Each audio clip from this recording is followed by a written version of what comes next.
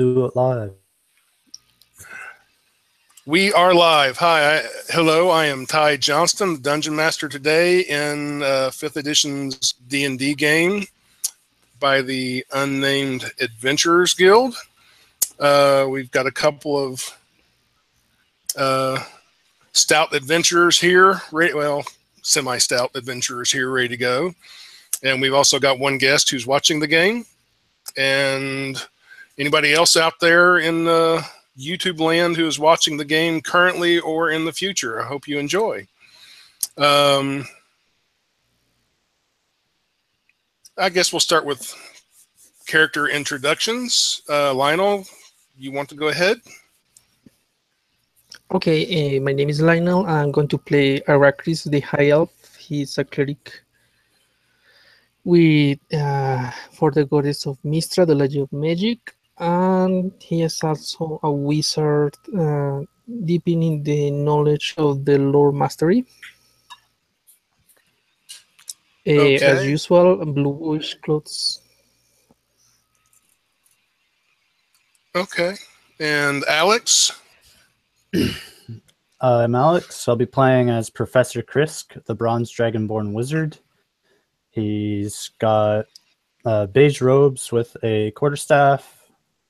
He is a professor of the University of Magic. That's really it. Is he he's second level, isn't he?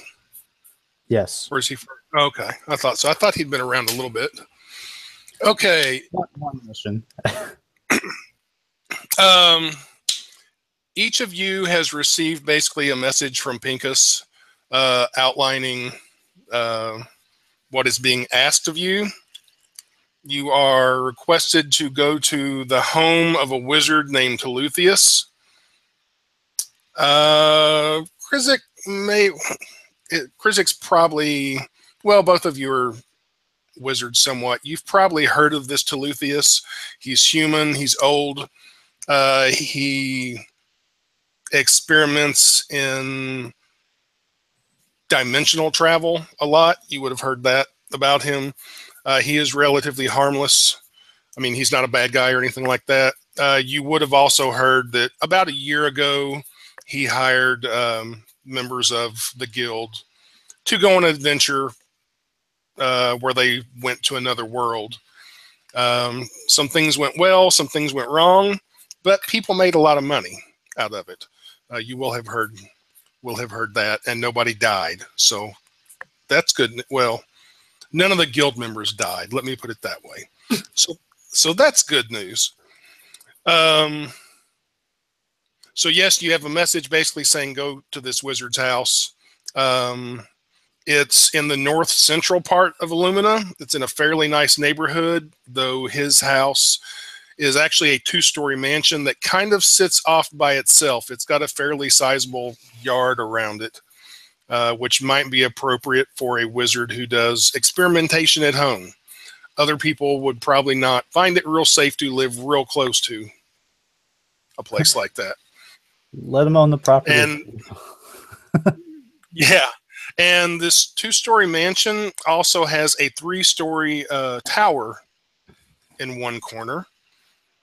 And it's about midday, lunchish time. There is traffic on the streets. If there's something you want to do beforehand, you're more than welcome to let me know about it. Or if you just want to say, screw it, let's go to a tavern and get drunk, you can do that too. Or anything else you want to do. All you know is you've got this note from Pincus saying, please go to this wizard.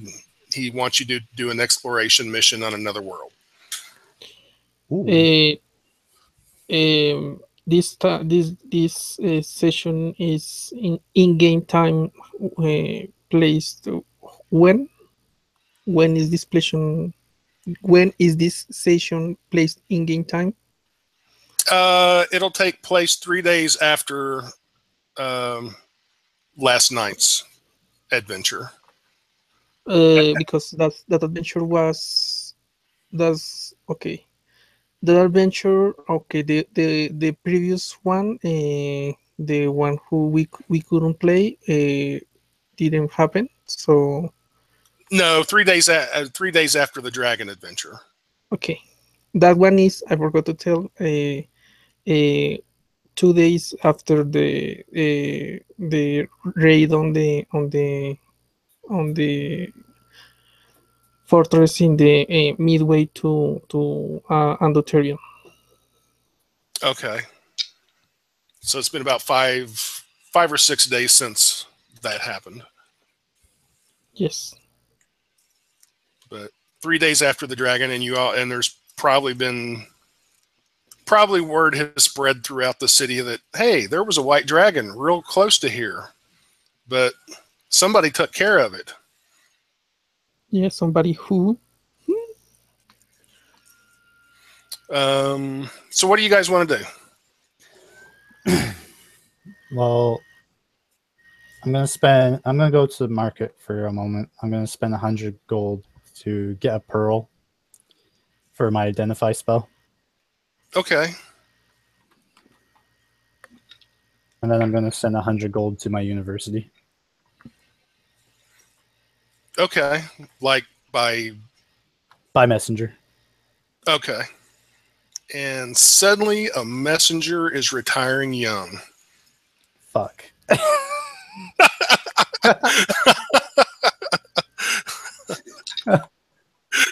Damn it. You will have to. Do you have?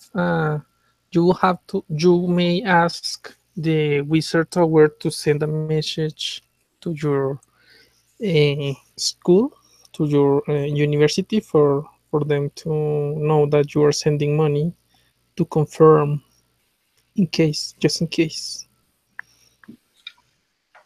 I'll let it be a stupid mistake if it happens. Professor Krisk is not the most wise or sensible person. Maybe it'll get there.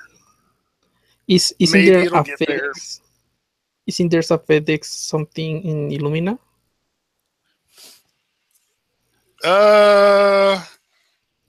There are messenger services. Yes, some of them are what we might call bonded, so they're fairly trustworthy. Then there's others that aren't so trustworthy. And then there's just grabbing a kid, an urchin off the street and saying, hey, deliver a message for me, and maybe he will and maybe he won't. So there are options. Yeah, if Krizik wants to go to like a professional long-standing messenger service, for that matter, he could probably go to a bank. And they would handle it for him. Yeah, I'll go to the credit union since they kind of have a reputation of dealing with money. Okay. Yeah, you can do that. And they will actually give you a receipt showing that you deposited the money with them and that they are going to transfer it to whatever banking institution your university uses. And they will let whomever the important person is at the university who needs to know this, they will also make sure that happens. Okay, question. Did Arachris know about the dragon hunt? Yeah, he's a member of the guild. He's heard about the dragon hunt. Okay, so Arachris will be poking on the wizard's tower trying to get to know more about the hunt.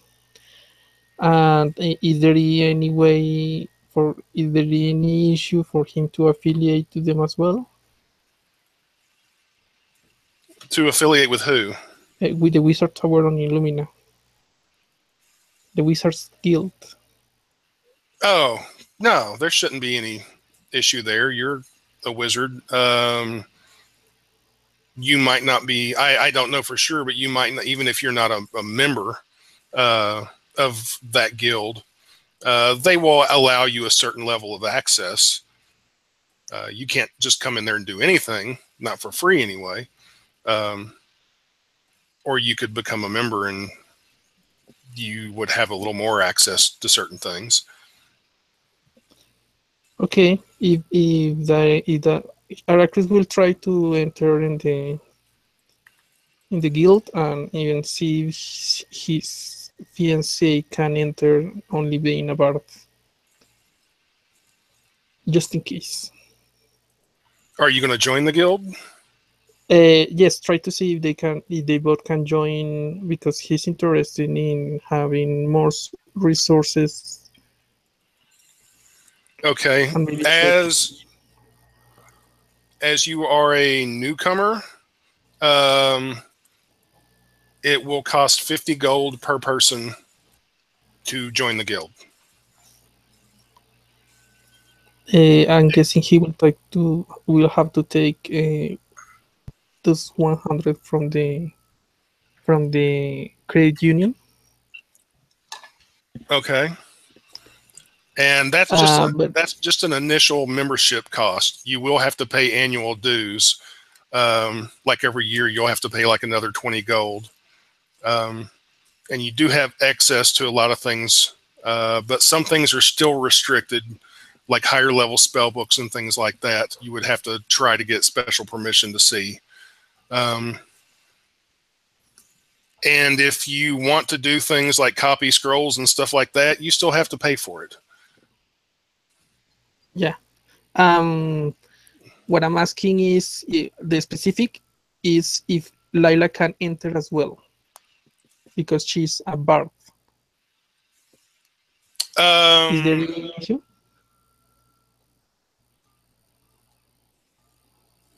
They would suggest that she look for another guild to join, but as she is a spellcaster and knows some arcane lore, she could join, but it will cost her 100 gold. Okay. Do they know if there is any Bard's Guild in the city? To my knowledge, there's not specifically a Bard's Guild. Okay. Then so only Aracris, and he will try to sneak information to her if she needs it. She needs the information. Okay. So 50 gold? 50 gold. And the Wizards Guild is also a good place if you need to go buy things like blank spell books and inks and things like that for writing scrolls and writing spell books. They would have plenty of stuff like that. And they might even have a few very low level potions that would be for sale. But okay, he's interested in that. At the moment, they're out of potions, though. It seems someone's recently bought all of them before they went dragon hunting. Okay, so he will keep a tab on that, and he will move back to the guild and wait for Krisk to see if he's interested on the job. Oh, of course I'm interested in the job. Why wouldn't I be? A famous wizard? Dimensional travel? Just saying. For that. Well, Pinkus does not show up at the guild. He's busy. That's why he just sent you guys a message saying go to this wizard's house. So you don't have to go to the guild hall. Yeah, I just go there. Fuck it. Let's go. Okay, what's let's the worst go. that could happen? The spell fails and we get ripped apart by layers of dimensions. Aracris will communicate to Lila what he's going to do. Kiss her on the front of his forefront and say goodbye. See you later, my darling, and move along. Okay. Again, it's about midday, so you guys don't have any problem or anything getting to the house. And it looks quiet for the time being. Or the house does. The front door's shut. There doesn't really appear to be anything going on at the house, but then again, it's a house. You know, you don't necessarily, unless you walk up and look in windows or something, you don't necessarily know what's going on. And there are people walking the street and a few wagons and horses and things like that. Okay, Aracris is going to. It was going to make to step further, but suddenly he stops and he remembers his adventure instinct kicks in and say, wait, this is a wizard house, right? And begin to restore cast detect magic. Okay. Yeah, there's magic. After he finishes, he says to Krisk, maybe he has traps and locks. We must be careful. Go ahead.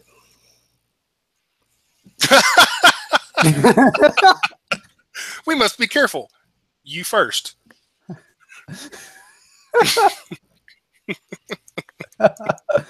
Oh my goodness. Yeah, there is a All front right. door. There is a front door. Yeah, I walk up to it.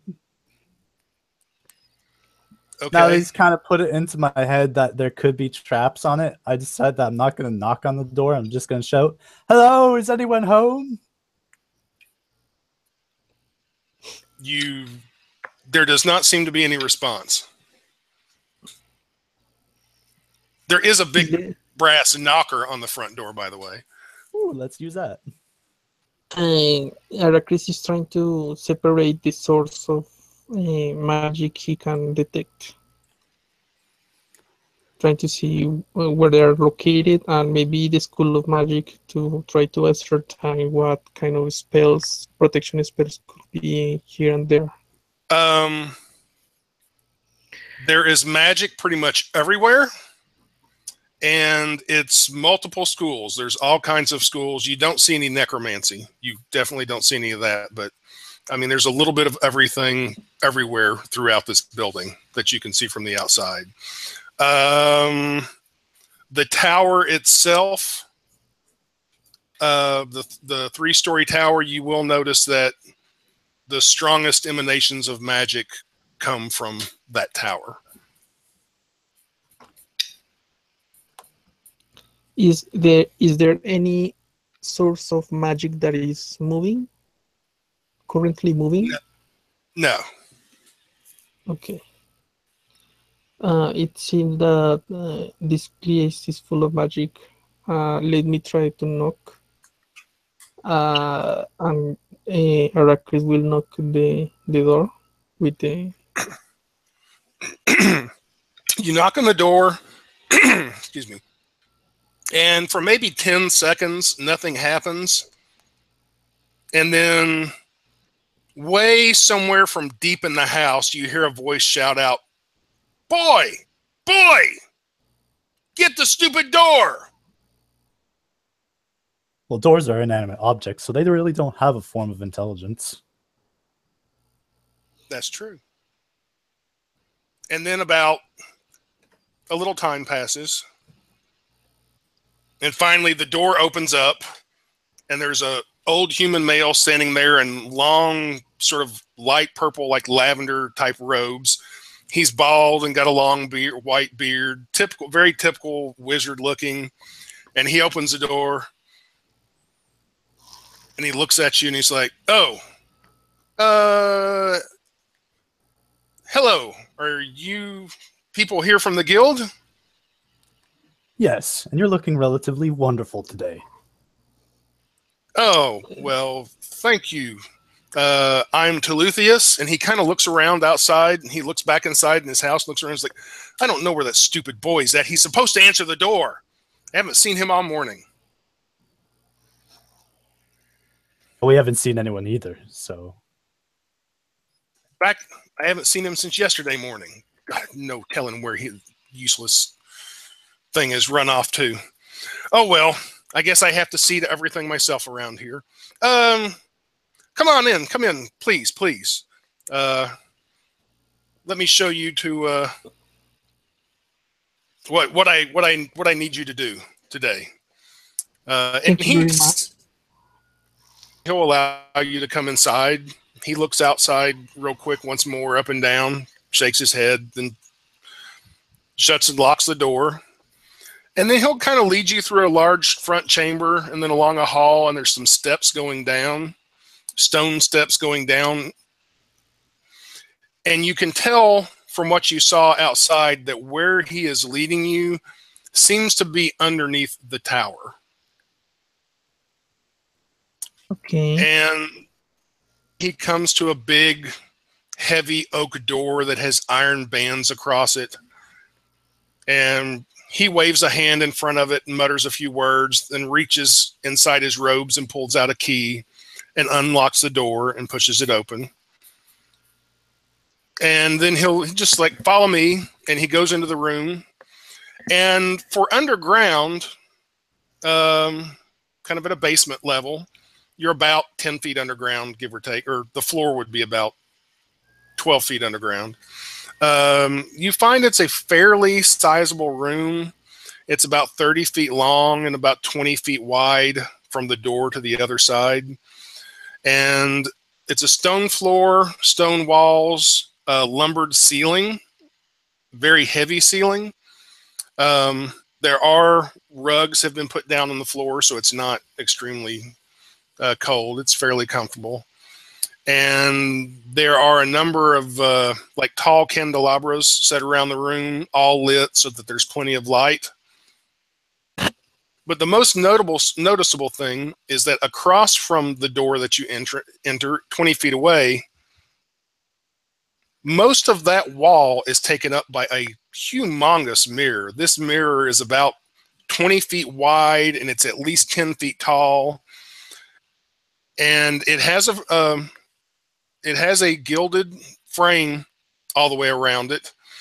And it's so big, you can't really tell if it's hanging there or if it's just kind of leaning against the wall, because the bottom of the frame definitely is touching the floor.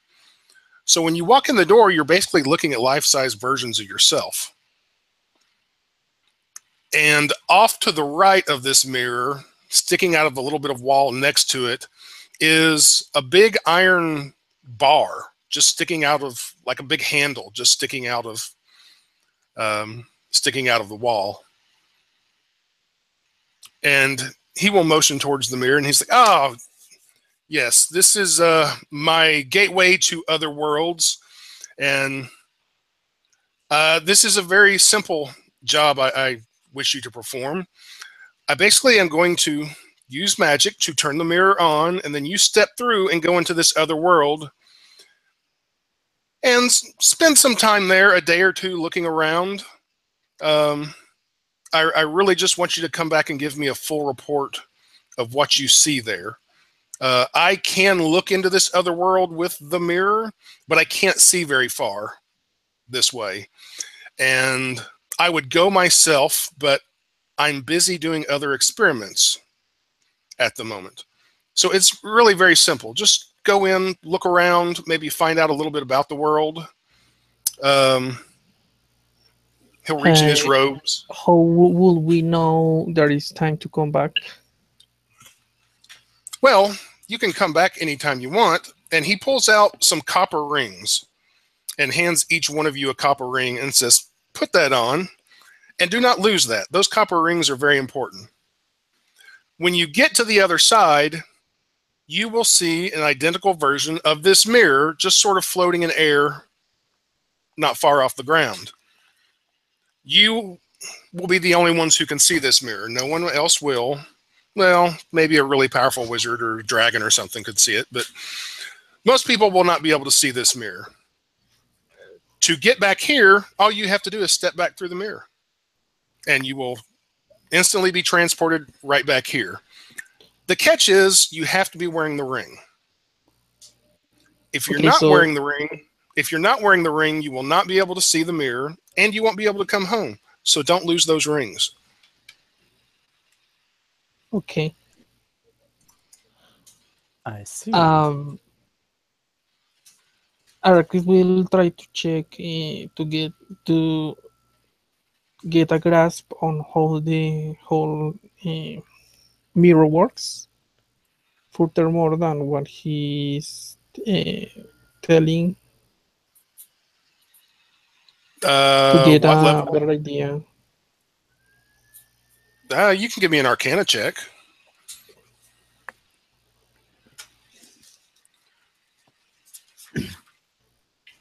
27 natural 20. Okay.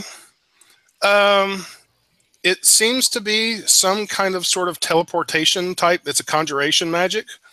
It seems to be something similar to like a teleport circle, kind of, except it goes to other worlds. And you're not 100% sure because you can't see inside the wall, but you're guessing that handle that's sticking out of the wall has some kind of control over it. Like maybe it can turn the mirror on and off or something like that. Okay, good to know. Well, I think I am ready. He sets through his backpack and remember and it tries to check that his uh, provisional 20-hour last potion, 20-hour Okay. healing potion is in there. It is there. And okay, and it's say, oh, if you're ready, I'm ready. The wizard will wave his hands in front of the mirror and say a few more words, and there's kind of a glow, and suddenly you're not seeing yourselves anymore. It's not like a mirror now. It's almost like a window that you're looking through. And could you perhaps give us an empty book that we could write in?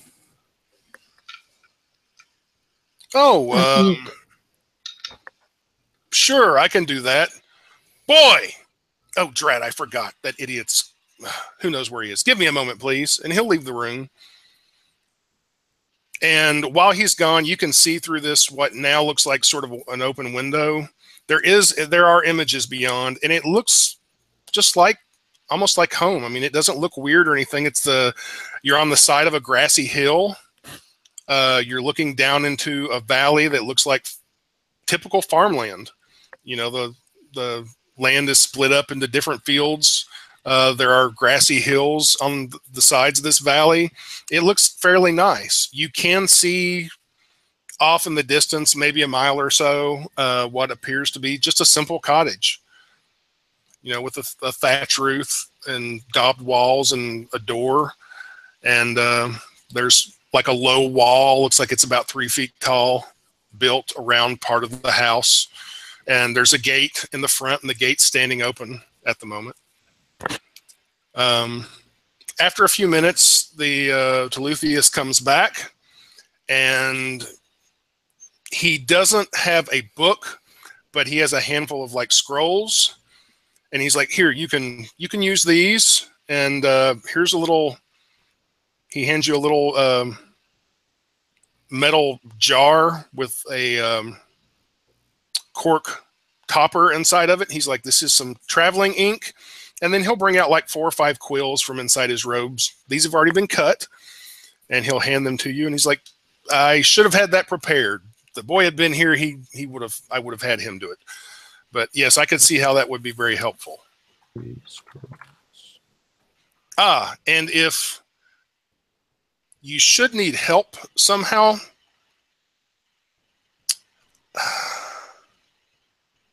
you can cast magics through the mirror as long as you can see the mirror. I will tell you that. So if you're on the other side and you can see the mirror and somehow can send a magical message through, I will get it. Arakrik will pop up his familiar and present her to the wizard. This is Rina. Maybe she can be of help. Do you know if she can pass through the mirror? As long as she is like on you when you go through, she should be fine. Like if she's sitting on your shoulder or something like that. Okay, so she cannot pass to deliver the message. Okay. Thank you for letting me know. He takes out another little copper ring and says, well, if you can like put this on her foot or something like that, she could. Okay, thank you. And he tried to put this on one of his foot, like I don't know, an accessory for her knee. Okay. At first it seems like it's going to be rather difficult because the ring seems too small, but surprisingly, the ring seems to change size on its own. It gets a little larger to go over the foot, and then when it's about in the knee area, it will get smaller and tighten a little bit. Not enough to hurt or anything. And you'll notice the same thing if you put it on your finger. It slips on very easily, and then once it's on, it tightens up just a little bit. You can still pull it off easy enough, but it keeps it from falling off. And Julius will say, I'm going to be busy with other things. I don't have a set time for this.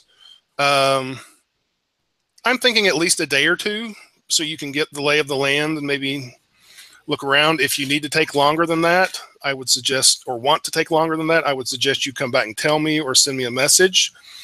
Otherwise, if I don't hear from you somehow or other, I will plan 3 days, and if I haven't heard from you in 3 days, I'll figure you're dead. Or you're not coming back home. You like it better over there.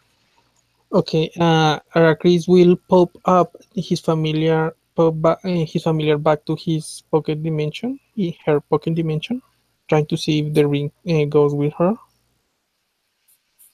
Yes. And pop her back. Okay. She still has the ring. Okay. Just checking. Well, I guess I'll have to adventure then. Let's adventure then. Hold on one second. Through. You bump into a wall. Oh, I rub my nose. It's like walking into a glass wall. And Toulouse is like, oh, hold on a second. He reaches over to that big iron handle, and he's not very strong, and it creaks a little bit, and he struggles, but he manages to push it up. And then there's a glowing outline around the mirror, and he's like, there, now you can go through.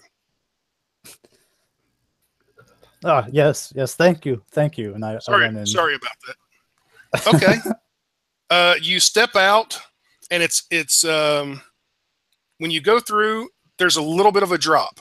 It's almost like you went down a step and didn't expect it. You don't fall, but you do stumble just a little bit. It's not a big drop. It's maybe like 2 or 3 inches. Oh. And when you look back around, yes, there's a giant 20-foot wide, 10-foot tall mirror sort of floating a couple of inches off the ground. It doesn't seem to have anything holding it up. And if you spend a second or two looking at it, you can actually see through it a little bit. You can see like what's in that world on the other side of the mirror. Basically, it's a bright, sunshiny day. The sky is blue with a few white clouds. You're on a grassy hillside. There is what looks to be a wagon or a trail not too far away crossing your path. It does not look like it gets heavy traffic, but it does look like it gets some traffic from time to time. And kind of all around you are sort of low hills, except in the one direction there's the valley, like I said, and it looks like it's filled with farmland. And there's that cottage house sitting there. So it's up to you guys where you want to go and what you want to do. Arrakis will talk to Krisk. If you take care of my body, I can use my familiar to see from the sky, and maybe we make a map for us to follow. I'm a wizard. I don't provide those kind of services. Oh, come on, you are here for the Oh, you mean to job. watch over you? I guess I can do that. Okay, so Aracris will ask Rina to fly above, very high, and look through, and will try to look through her, and he will come back and forth and use his cartographer kit, cartographer tools, to make a accurate enough map of the area. Okay. At least compared to being back on your home plane, what you see kind of looks like the middle of nowhere. This is either farmland or grassland for pretty much is 30, 35 miles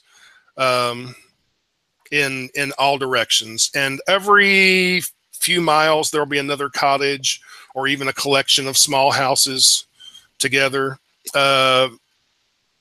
The track that was near you guys sort of curves down around the hill and eventually goes to that closest cottage. And then there's a leg of the track that goes off to one side around the cottage and continues on. It looks like several miles to another little group of houses about 4 or 5 miles away. But give me a perception roll. Through the familiar, with the familiar stats or Aracris stats? Familiar.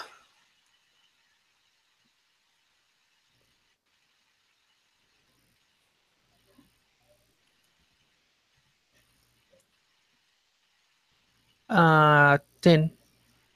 Okay. Just what I described, pretty much. It seems to be farmland as far as pretty much for a good long ways within a day's travel everywhere. It's either farmland or just grassland, and there's kind of rolling hills around this valley. Very far to the north, there is a river, and there seems to be a small settlement community there, but that's about a little over 30 miles away. So basically, and they are walking towards the river. No, that's up to you guys. Well, how much time does he take to Aracris to make the map? You could probably make a pretty basic map in like 10 minutes. If you want to get real detailed, it might take you an hour or so. Aracris will take the hour. Okay. All right, and I realize that he's going to be longer than Okay. like 5 minutes. I'm just going to sit down, start writing some notes about what I can see from where we stepped out. It's real exciting stuff. Woo. There's a field and a house. In the distance, there's some trees and hills. While he is writing down the map or drawing down the map, I have a question. Do you have your own familiar? What? No, I Do you can't. I can't get one because every time I try to capture a bird or something, it just freaks out at the sight of me. I don't know why I would even think that. It's not like I'm a giant lizard relative to things that breathe lightning. Arax, stop for a moment and say, "What? Do you know the incantation? Is a spell to summon a spirit to help you." And they taste good. They do taste good. Probably why I wasn't allowed to learn the spell. Look, if we're going to be only the two of us alone, I will have to ask you to step away from your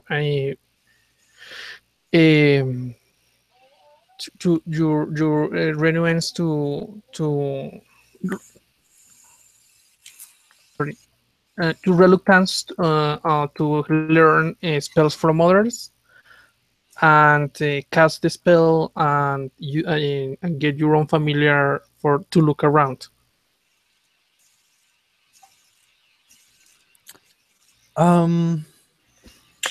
No.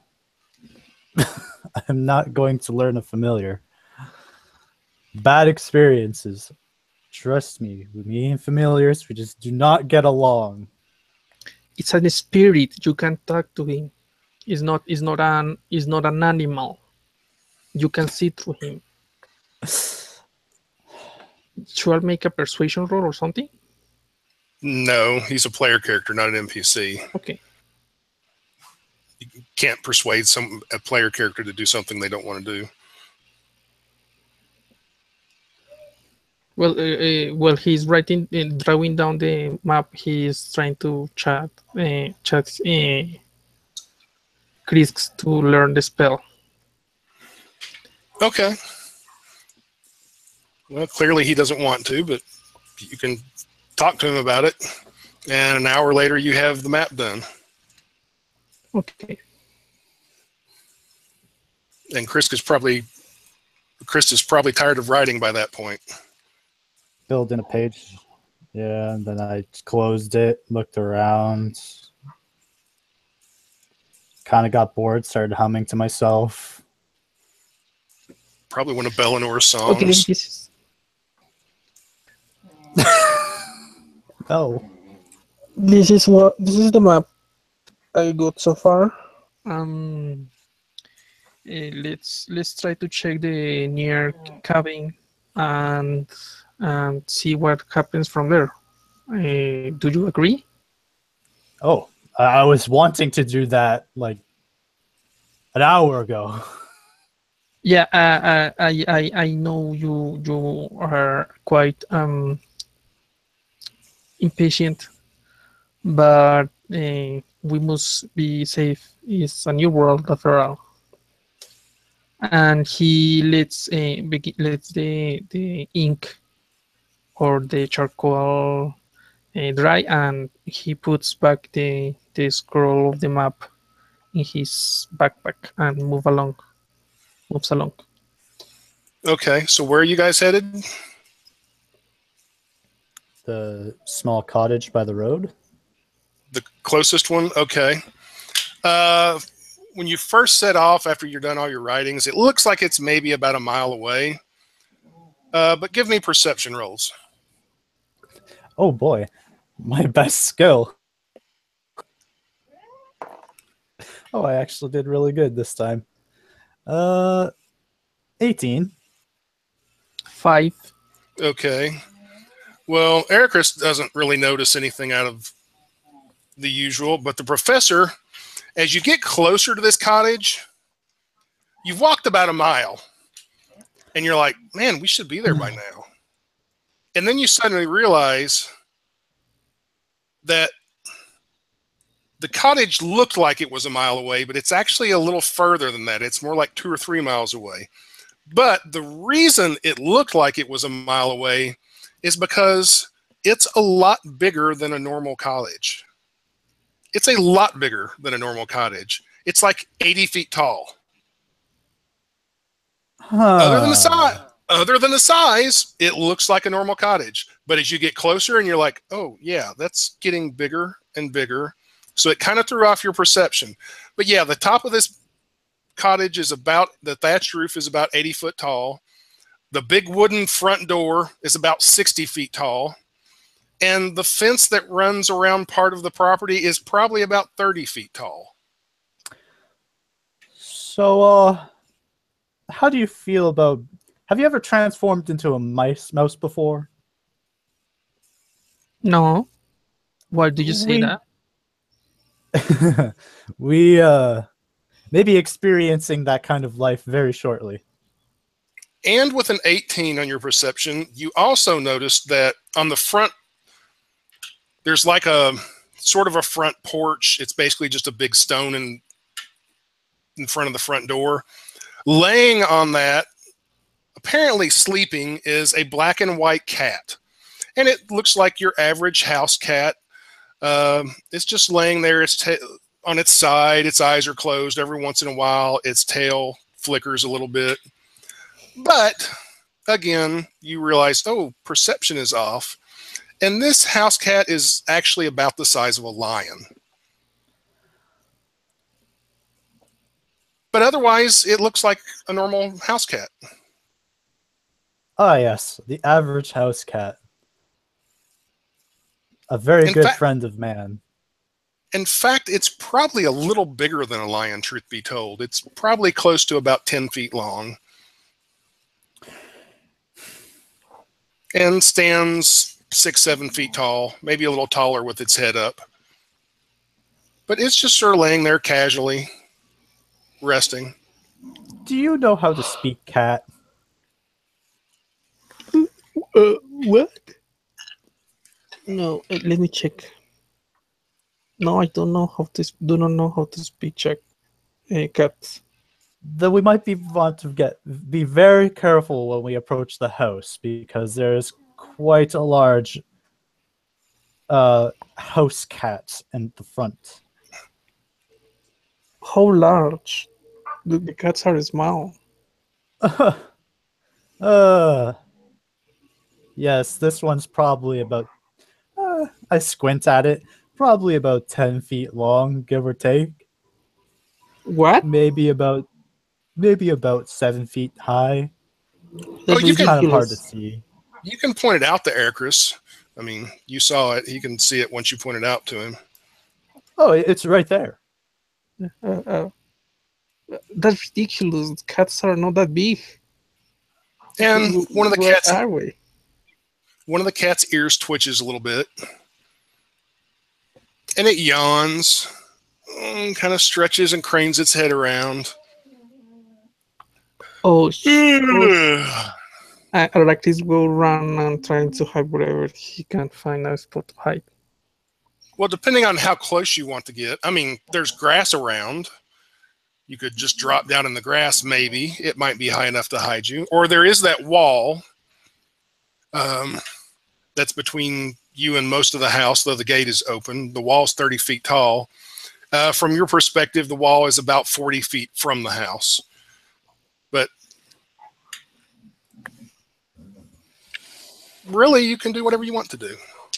He goes to hide wherever close space he can hide, and his roll is a 17. Okay. I'm just gonna hide with him. I guess I'll roll stealth while I'm at it. I got a 15. Plus my Okay. dex is, I believe it's 16. That's And pretty good. I'm gonna need to take a quick break to let my dogs out. Okay. We'll do that. We'll take a 5-minute break and then we'll be back. Okay.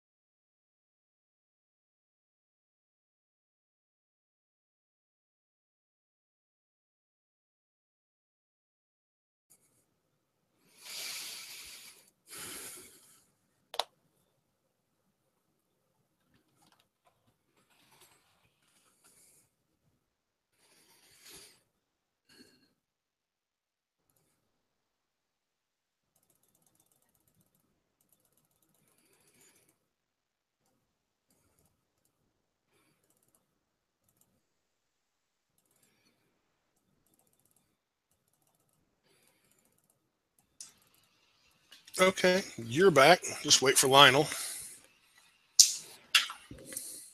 So how many dogs do you have? I got 2-year-old, almost year-olds, and I got like a 14-year-old Jack Russell. Oh, okay. You've got an old one and then some babies. Yeah. The other two are just a big handful because they always want to play. So Yeah, I'm sure the old dog really appreciates that. he was fine with it at first, but now that they're bigger than him, Oh, what kind are they? they're just Springer Spaniels. Oh, okay.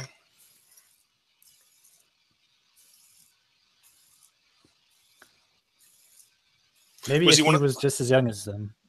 yeah. Was he one of those wild and crazy Jack Russells when he was young? He was playful, but he wasn't. I wouldn't say go out of my way and say he was friendly.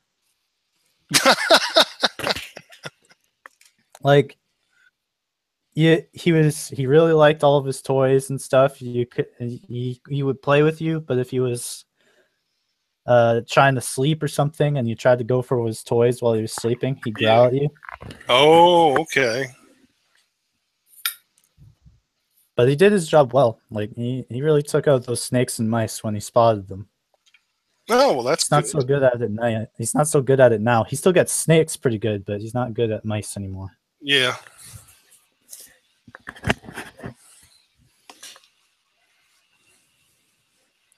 Yeah, I lost my beagle about just a little over 2 years ago. I'd had her for 16 years. And still miss her. But she was a good It's all the girl. little things, yeah. Yeah.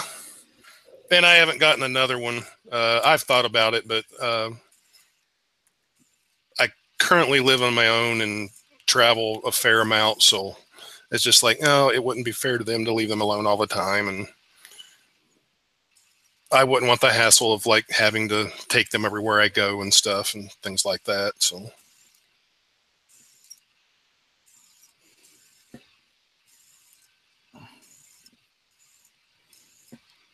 Now, speaking about gigantic pains in our asses, we have domesticated cats to deal with.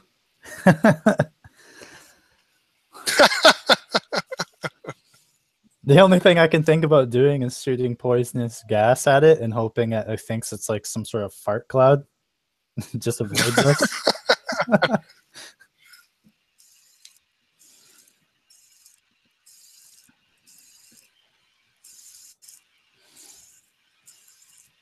Took it as a cantrip. Not the greatest cantrip, but I thought it would be. It doesn't seem like it's used very often, so I thought I'd take it. what, the poison spray or whatever? Poison spray, yeah. Yeah.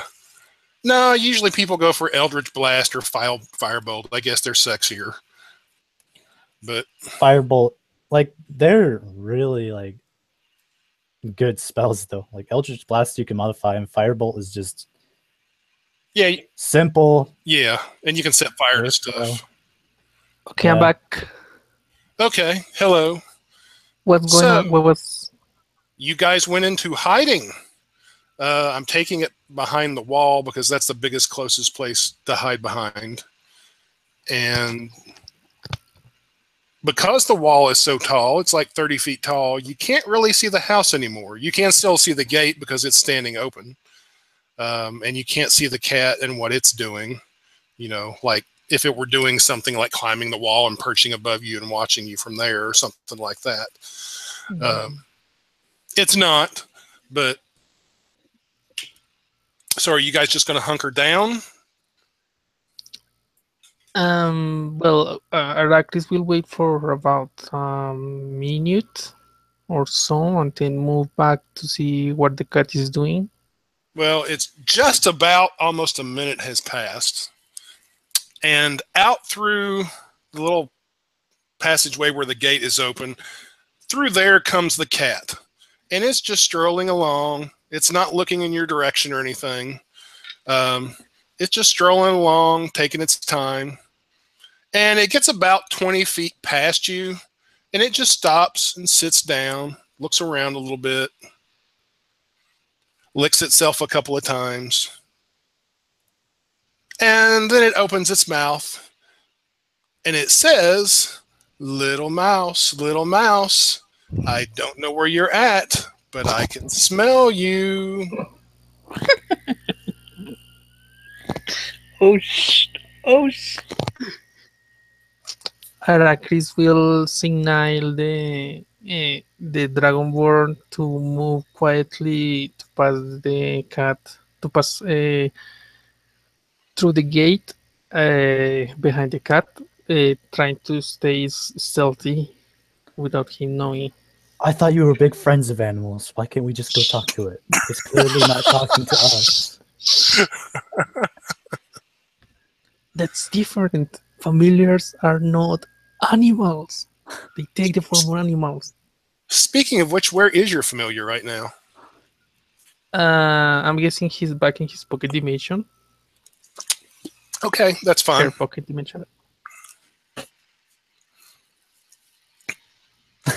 So other than whispering to each other while this giant cat is 20 feet away from you, what are you guys going to do?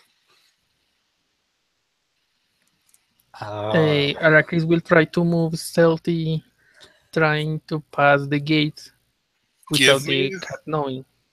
Give me a stealth roll. I ain't moving shit.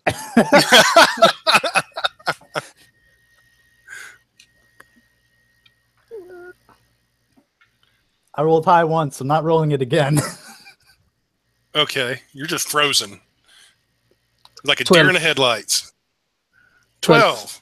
Okay, you go to sneak. You think you're doing fairly good.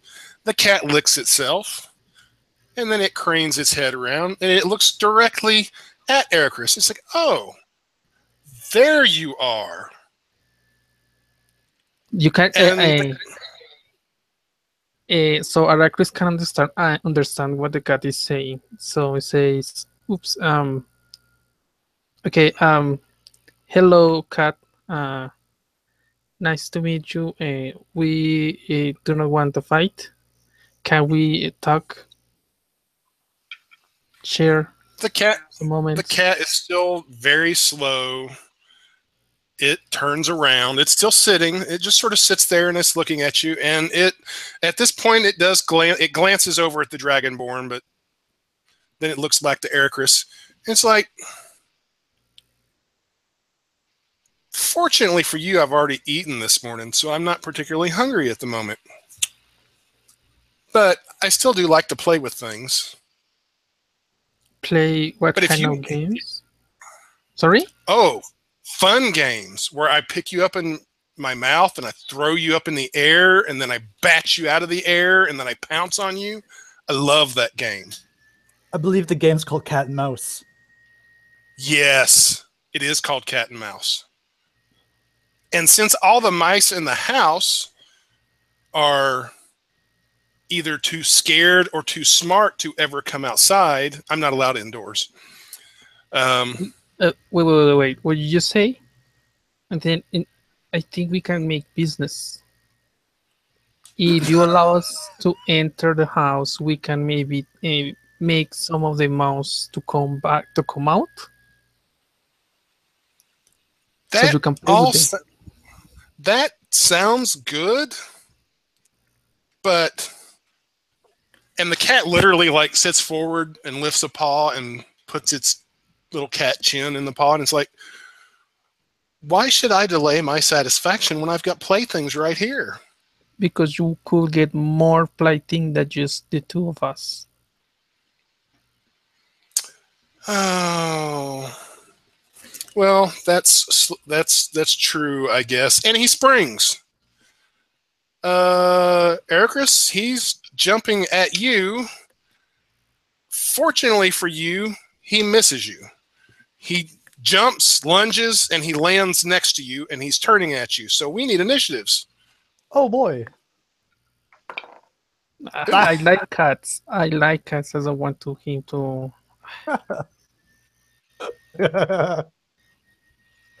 Initiative 12. Scratch its belly. So Ericus got a 12. Okay, that was kind of a surprise. But the cat gets to go first. And it hisses and raises a paw, and it's going to swipe at Ericus. I almost rolled the D100. I didn't mean to do that. I'm sure it'll miss. Let's see what it would have got on a D100. Oh, it got a 48. Nah, that probably would have hit. That might have even hit a dragon. He gets a 12, which I believe misses Ericus. Yes, it misses. So he swipes at you with a paw, and it misses. And now it's time for Ericus to go. Let me check what Arrakis can do right now. Pray, scream for help, beg for mercy. The only things that I have are really for hurting him. Arrakis will use a shocking grasp to try to dissuade him for attacking again on his face. Okay, roll to hit.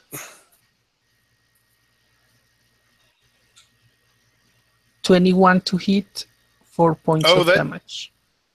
That definitely hits.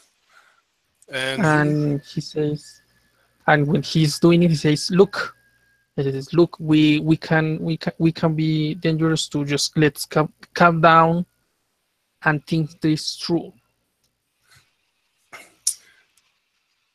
Okay, Dragonborn, it's your turn. What he said, because if you don't, I will make you incredibly dirty and you will be spending months cleaning what I'm going to throw on you. Is that all you say to him? I'm going to prepare. I'm going to prepare my grease spell. Oh, okay. It is the cat's turn, and surprisingly, after getting electrocuted a little bit, the cat howls and jumps up in the air 30 feet and lands on top of the wall on the other side away from the gate. And it sits there and it looks down at you, and it's like, what are you? Mice can't do that. And we are not mice. Yes, we aren't. We can go out of rounds unless you guys decide you want to continue attacking the cat. I'm not really interested in wasting my grease spell. Yeah, Arrakis does not want to kill the cat. He's just want to make a friend from him.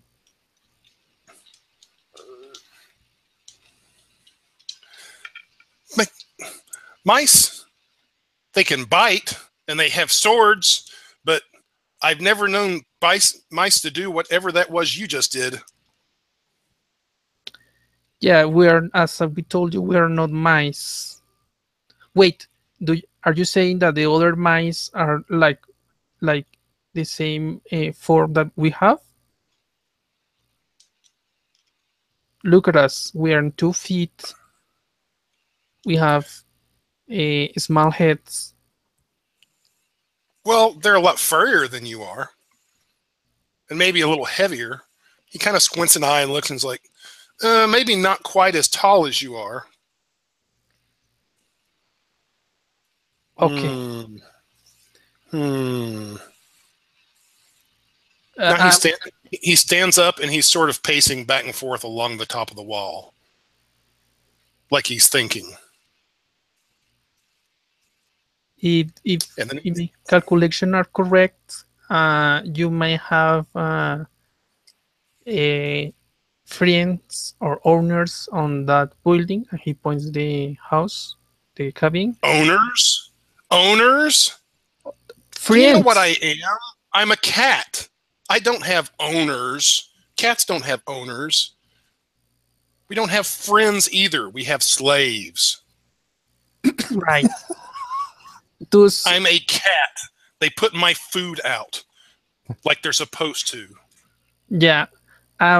Those people, those that serve you should be, I'm guessing, from in the same form of us, just bigger. Yeah, they're a lot fatter. They kind of look like you guys. They don't have pointy ears like that. And ooh, I do like to eat a little lizard every now and then. And he kind of points at the Dragonborn. I will shoot fart gas at you. You went me the first one.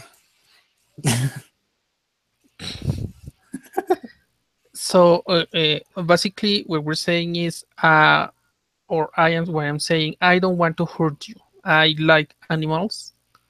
I got a creatures like you, and since you clearly can understand us and can talk to us, it will be a waste for us to fight. Okay. So it's a waste for us to fight. Yes, to fight. So we can help you with some things, and you can help us with some things too.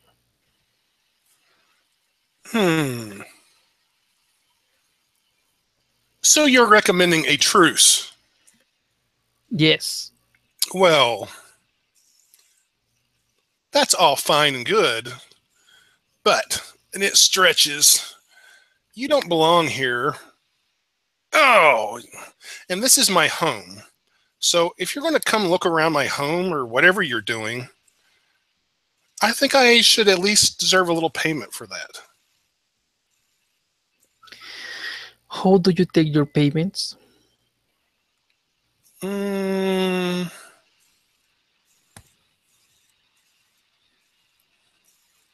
there's two of you. I figure you could draw straws, and whoever gets the shortest straw, I get to eat him. And then the other one can go do whatever it is you're doing. No, that's not acceptable. What about if we hunt something for you and deliver it to you, and you don't even have to go walk and capture that? It will be a gift.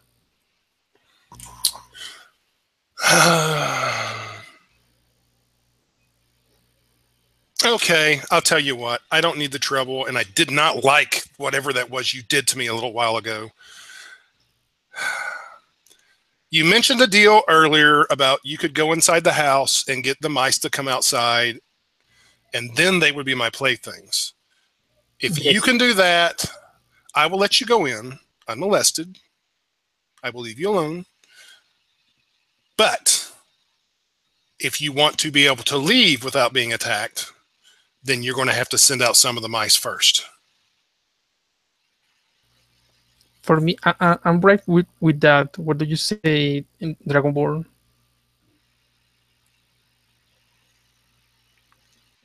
The cat's licking its lips, just staring at both of you. Well, I guess we may be able to work something out along those lines. And you have to refer to me as Your Highness from now on. Arrakis will not mind. Okay, Your Highness. Very good, my servant. Now, go on, go to the house, go inside and send out the mice. Thank you, my Highness. And Arrakis And will. you get to live for another day.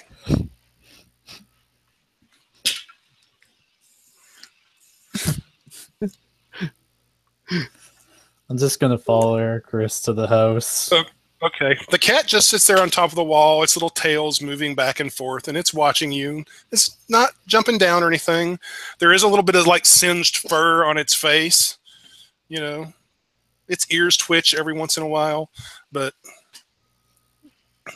it's just watching now from a distance. So you guys are heading towards the house. Yes. There is the front door, obviously. Is there any cracks we can enter through? Oh, there's a crack underneath the door that you could probably bend over and crawl through. Okay. But just before you do that, the door swings open. And standing there is a really portly, heavy-set woman about 50 feet tall. And she's huge. She's got a broom, a giant broom that's like 40 feet long. And she does not seem to notice you. She just opens the door and kind of puts her head out. And she's like, Cat, go on, get out of here. I've already fed you today. Go kill some mice or something. And the cat just sort of sits there for a minute and shakes its head. Then it jumps down on the outside of the fence, and you can't see it anymore after that. It disappears. And the woman turns around like she's getting ready to go back in the house. And you can tell the door is wide open. It just looks kind of like a peasant's house. Except everything's hugely gigantic. It's fairly clean. There's a wooden table and some chairs. There's a stone fireplace and like a little baking oven that's been made out of some kind of bricks over to the left side. And it looks like this is sort of a central room where everyone eats and things like that. And there's dried foods and plants and stuff hanging from the ceilings and along the side of the wall. So this is sort of a kitchen / living quarters, and it looks like it takes up about half of the house. There is a wall over to the right where there's a doorway there. There's no door in it, and that looks like it goes into the other half of the house. But she turns her back to you, and she just starts sweeping with this big broom, and she's sweeping the dust directly in your direction. So it's almost like a small sandstorm is suddenly starting to hit your face. And it's a little difficult to breathe and see and that sort of thing. I move away from that spot and go hide behind the wall. Okay. Before Arrakis do something, is there any gap between the land's floor and the house? Is there any what? Gap, a hole under the house. Like no, there's not. Okay, so Arrakis will use the sandstorm to hide and trying to get in the house stealthily. Okay. She keeps sweeping for maybe a minute, and then she shuts the front door, and it is loud and sort of shakes the whole ground when she shakes the front door. And you can definitely hear her and even feel her in the ground a little bit now that you sort of know what to expect. You can feel her walking away from the door. And after 30 seconds or so, the dust starts to settle down. Dear Arrakis, Chris, that was close. Yes, very close. Is Arrakis inside the house, or was he not able to enter? No, he was kept outside of the house. Okay. The dust was too much. And Chris, from where you are hiding behind the wall, suddenly right behind your neck, you hear a voice say, "You still haven't got my mice yet." Wait, what? And I turn around. The cat is right there. I mean, its nose is like an inch away from yours. And it just looks at you and says, "You still haven't got my mice yet." We haven't even gotten inside yet. That's not my fault. And then it bends its head down and it starts licking itself. And you know where it's licking itself. I don't need to go into detail. And you hear its you hear its muffled voice say, "I'm starting to get hungry. You should go get my mice." Oh, come on, let's move on. Arrakis will try to crouch to pass through the hole in the door Yeah, there's a place underneath the door where the door meets the floor. You could definitely go in there. Yep. And what about Chris?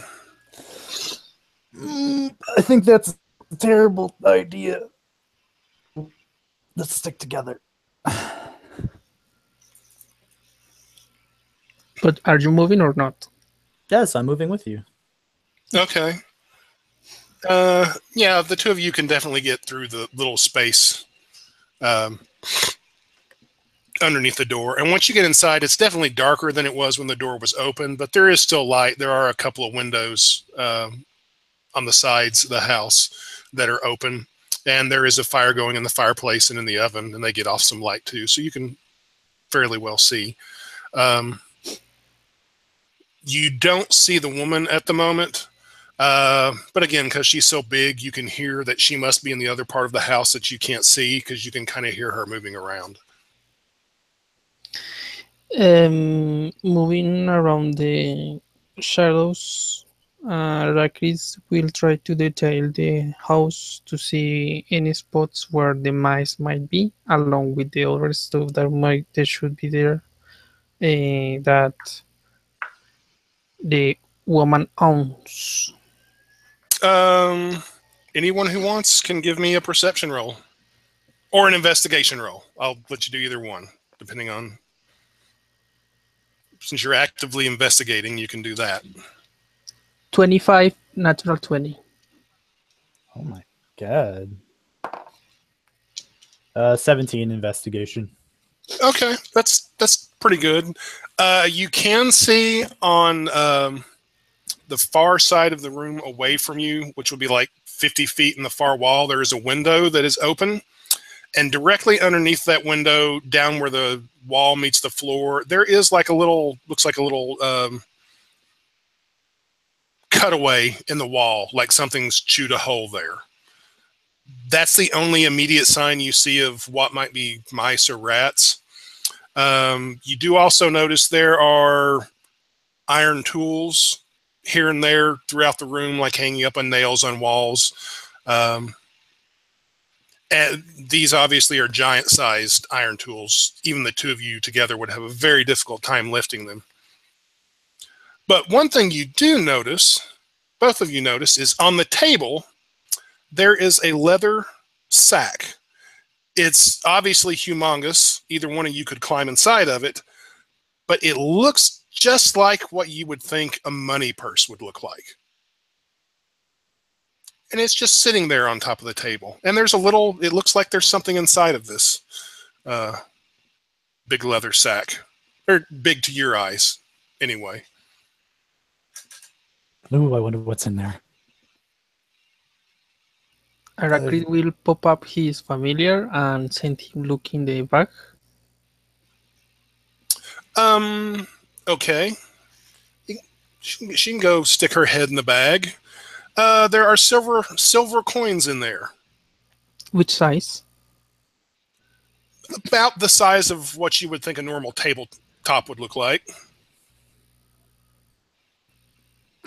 Those would be heavy. Yeah, there are coins there, but they're big. Yeah, they're probably, they're circular, obviously. Let's say they're about 3 feet all the way around. Yeah, if there is not any hems, Arrakis will not be interested because he thinks that the woman might need them, so he will not take money from the bag. I don't know the Dragonborn.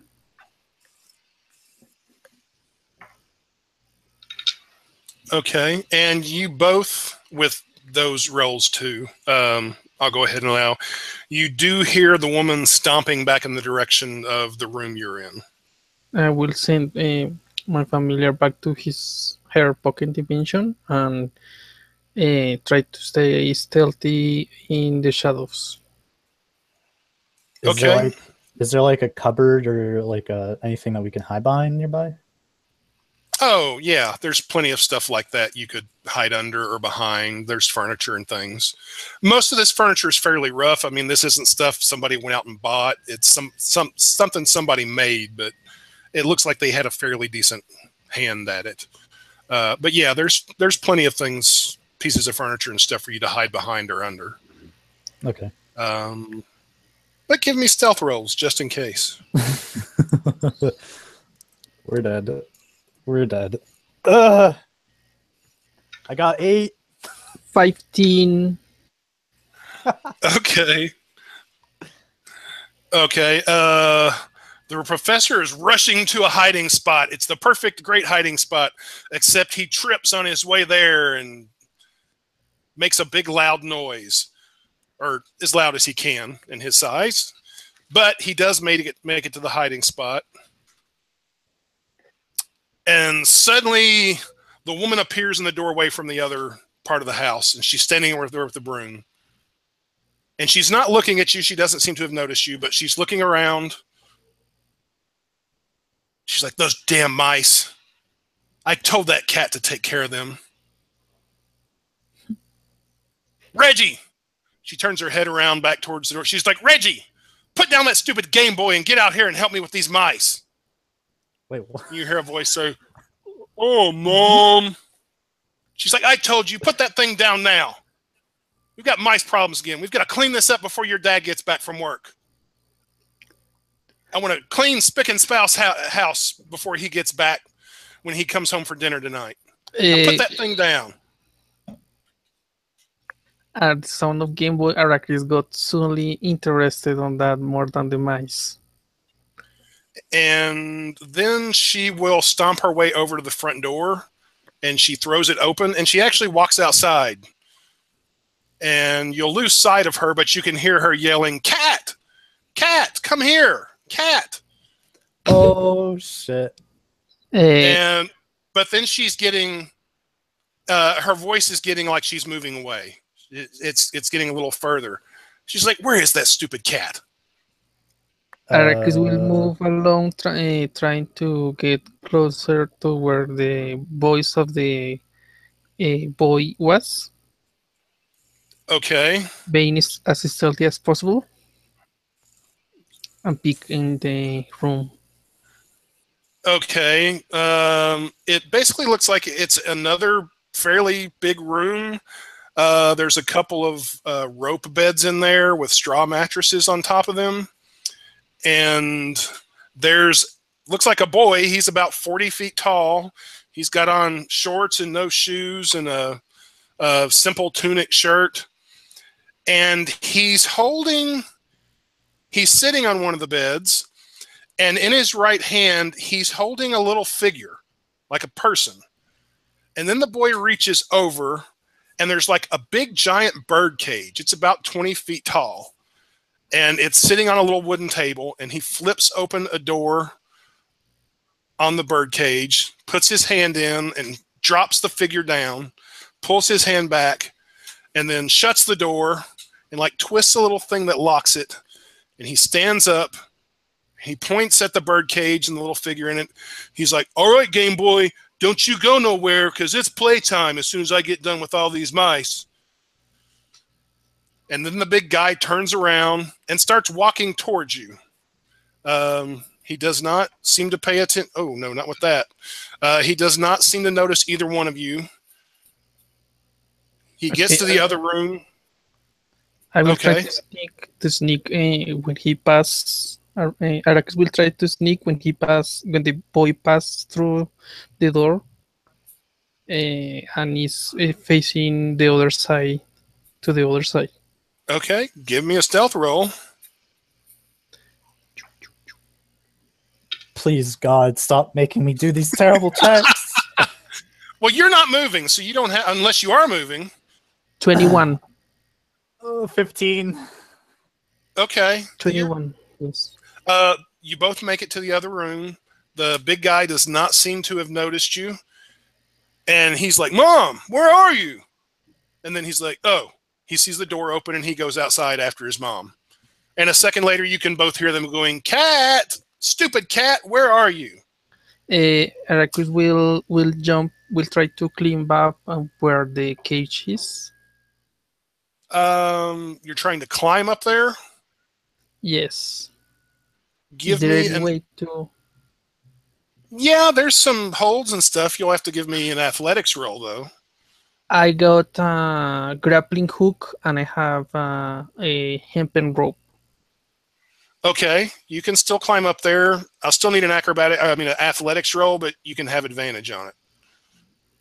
Okay.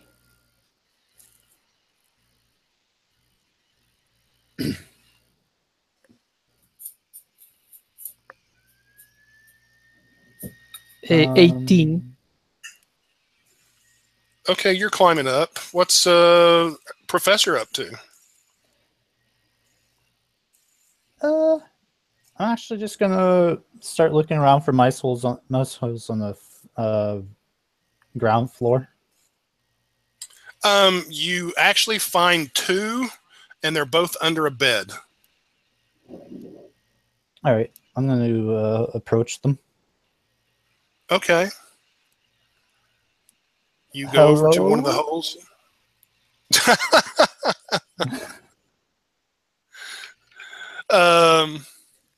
Okay, real quick up top, Chris, you climb to the top of the table.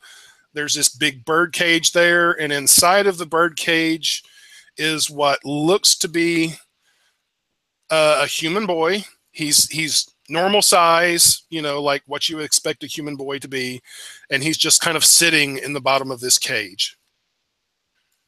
Hello. Who are you? He sticks his head up. And he points with he puts his finger on his mouth, trying to shush the boy and speak quietly. He jumps up and runs to the cage and grabs the bars, and he puts his head up. He's like, "Get me out of here! Get me out of here!" Sure, but you must be quiet. And you will have to help us get mice out of the house. Is there any problem? No, just let me go.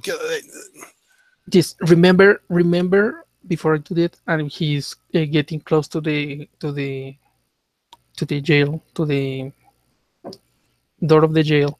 Remember that you must follow us and do what we say, because if you just start running away, they might catch you.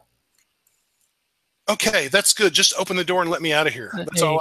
He makes an attempt to open the door. It is locked, and it can be unlocked from the outside. You don't need a key or anything like that, but you find it very stiff and kind of heavy, so you would need to make an athletics roll. Okay.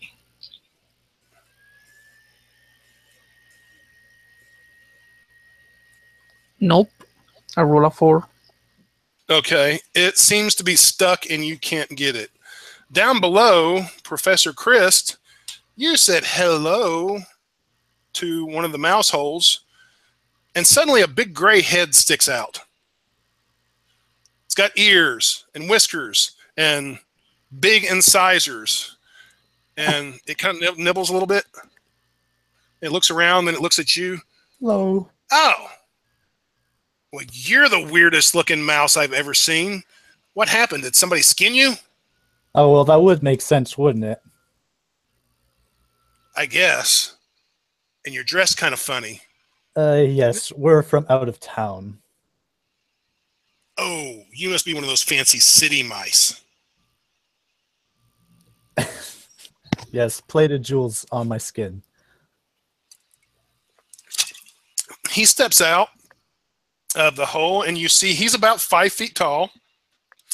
And he is a mouse, but he's standing, or more like sitting or resting on his back 2 legs. And his front 2 legs are kind of up, and he's sort of holding them. He fidgets a little bit. And you see he's got like a padded vest on, and there's a little belt around his waist, and there's like a little short saber, like a cutlass, stuffed into his belt. And he's like, "Oh, well, okay, so what are you doing here?" Well, we, of course, are foreigners, and me and my friend, I do not know where in God's name he left, but we're foreigners, and we were just traveling the world, so to speak. Well, you must have been lucky, or maybe the cat was a way to get in here. We had to make some sort of arrangement, but I'm not sure if we are planning to keep it. But it is let us pass for now. Well, we don't normally go outside. Plus, these big folk, they spill lots of food. So, we do a service for them. We keep the floor clean. I don't believe that's how they see it, but I can imagine. Well, now I see mice in a completely different light.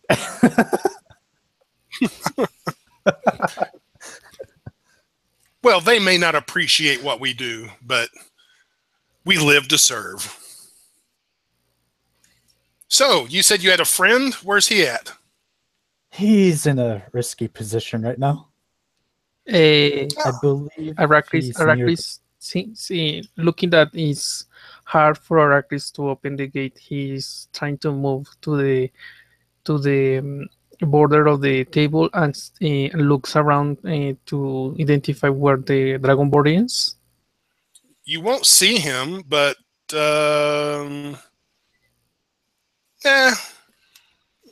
maybe you hear something that sounds like talking underneath one of the beds. He will try to use a spell to open it, but it will be like damaging. Does Arachis know? Should I make a roll trying to identify if it will work? Like blast the secure open? Or maybe he did enough for it for the thing that is not letting it open, the corrosion or whatever it is making it hard to open, to go blunt and let Arachis open the I'm not sure what you're wanting to do. Yeah, use a spell, either hit the lock. Yes, you can try that. Is mechanical for it to get loose and open easier. You can try that. Okay, Arachis is going to use first. Going to use the firebolt. Okay. Give me a roll to hit. I mean, it doesn't have to be that good, but if you get a natural one, you might burn the house down or something. Well, that's one way to get the mice out. 21, 5 points of damage. Okay. You hit it, and it actually looks like it melts a little bit, maybe. Some of the metal does. Just a little. That could make your job easier. It could make your job harder. It did damage it some. Makes another attempt to open it. Okay. Give me another acrobatics or athletics check. Nope. And by the way, 5. Sorry? Okay, yeah, 5. It still won't do it. Though it does seem to have a little more give in it than it did when you tried before. I will ask the boy to help me open and attempt to firebolt again the thing. Give me a roll to hit. Yeah, and Chris from down below, you're hearing firebolt spells going off above. Oh, what is that psychopath doing? Doesn't you know we're in a wooden house filled with cotton clothing? I go out from underneath the bed. And straw, and yeah.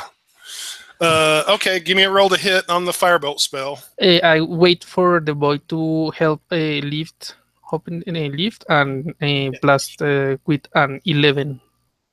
Yeah, he's not going to stand there by like where you're going to shoot a spell at. He'll help you afterwards, but okay. The 11 will hit. 6 points of damage. Okay. It melted a little more. Some of the corrosion on it did too. So, and he's like, "You want me to help you now?" Yes. Okay. Give me another athletics roll, this time with advantage. 17. Yeah, it's still a little like rusty, but you can get the locking mechanism to open up. And the boy will push the door open and he just starts climbing out. Yes. Remember to follow us, and he follows. Oh yeah, the boy is already climbing down the rope. Yep, exactly. Arrakis will follow. So, Chris, as you come out from under the bed, Arrakis and what appears to be about a 10-year-old human boy come sliding down a rope on a piece of furniture and land not too far away from you. Ah, well, at least you two are safe. Do you know who was casting those firebolt spells?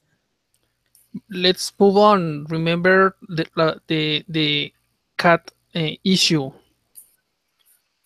And then suddenly, Chris, from behind you, you hear a voice say, "Hey, you guys are trying to save Game Boy. We can't allow that to happen." Okay. Wait, what? If you don't want to, you will have to come and chase us, because I'm freeing this kid from here. The mouse goes and sticks his head in the hole in the wall. He's like, "Guys, there's some things out here. They're trying to free Game Boy." I suggest we start running Yeah, really fast. He will lose. He will lose the grappling hook and take the grappling hook and his rope when they are on the floor and begin to run. Yeah, we're escaping. The boy's like, let's go. We gotta go. We gotta get out of here before they all get back. Run. He starts running towards the other room. Are the mice following? Not right away, but you can hear movement back in the wall, inside the wall. This isn't good. And you're going into the other room? Yep. Yes. And the front door is still open. And standing in the front door is the big 50-foot tall woman. She's standing there with her broom. And suddenly, she sees you. And she screams her head off. And she's like, "Damn mice everywhere!" And she's raising her broom up and swinging it down. I'm guessing we're going to take the long road back to the outside. We probably need to go into initiatives at this point. Ooh. How far away are we from her? Oh, let's say 30 feet. Oh, that's not good. Yeah, not very far. I mean, the room's big for you guys, but not real big for her.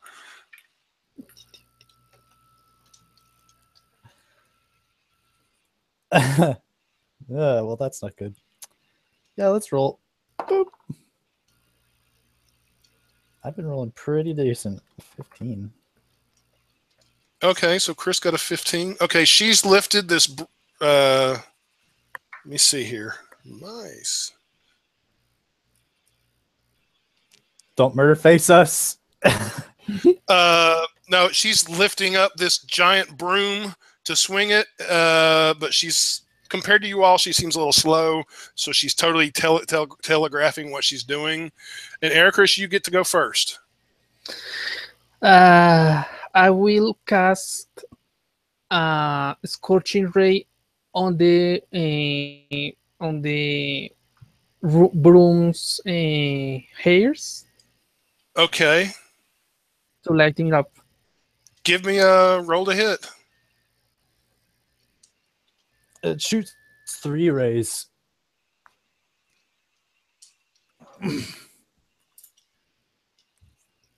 Okay, the first one was a 12. Okay. For 6 damage. The All second right. one was a 7 for 11 points of damage. And the 17 was the third one was a 17 for 7 points of damage. Okay, the first one and the last one hit. The middle one misses and goes off and actually goes out the doorway, like over her shoulder. And suddenly, the end of the broom just bursts. It's dried hay, basically. It just bursts into flames. It's still not her turn yet. He will move, trying to stay under things that will prevent for her to attack him directly. Yeah, you could like run under a chair or a table, And something he like will that. will signal the boy to do the same. And the boy will basically follow you. For the moment, leaving Chris kind of in the doorway. And Chris, behind you, you hear a bunch of little pattering, running steps. And if you glance over your shoulder, you see that mouse you was talking to.